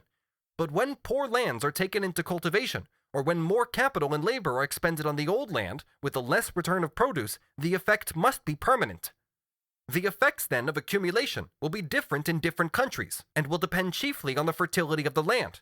However extensive a country may be where land is of a poor quality, and where the importation of food is prohibited, the most moderate accumulations of capital will be attended with great reductions in the rate of profit, and a rapid rise in rent.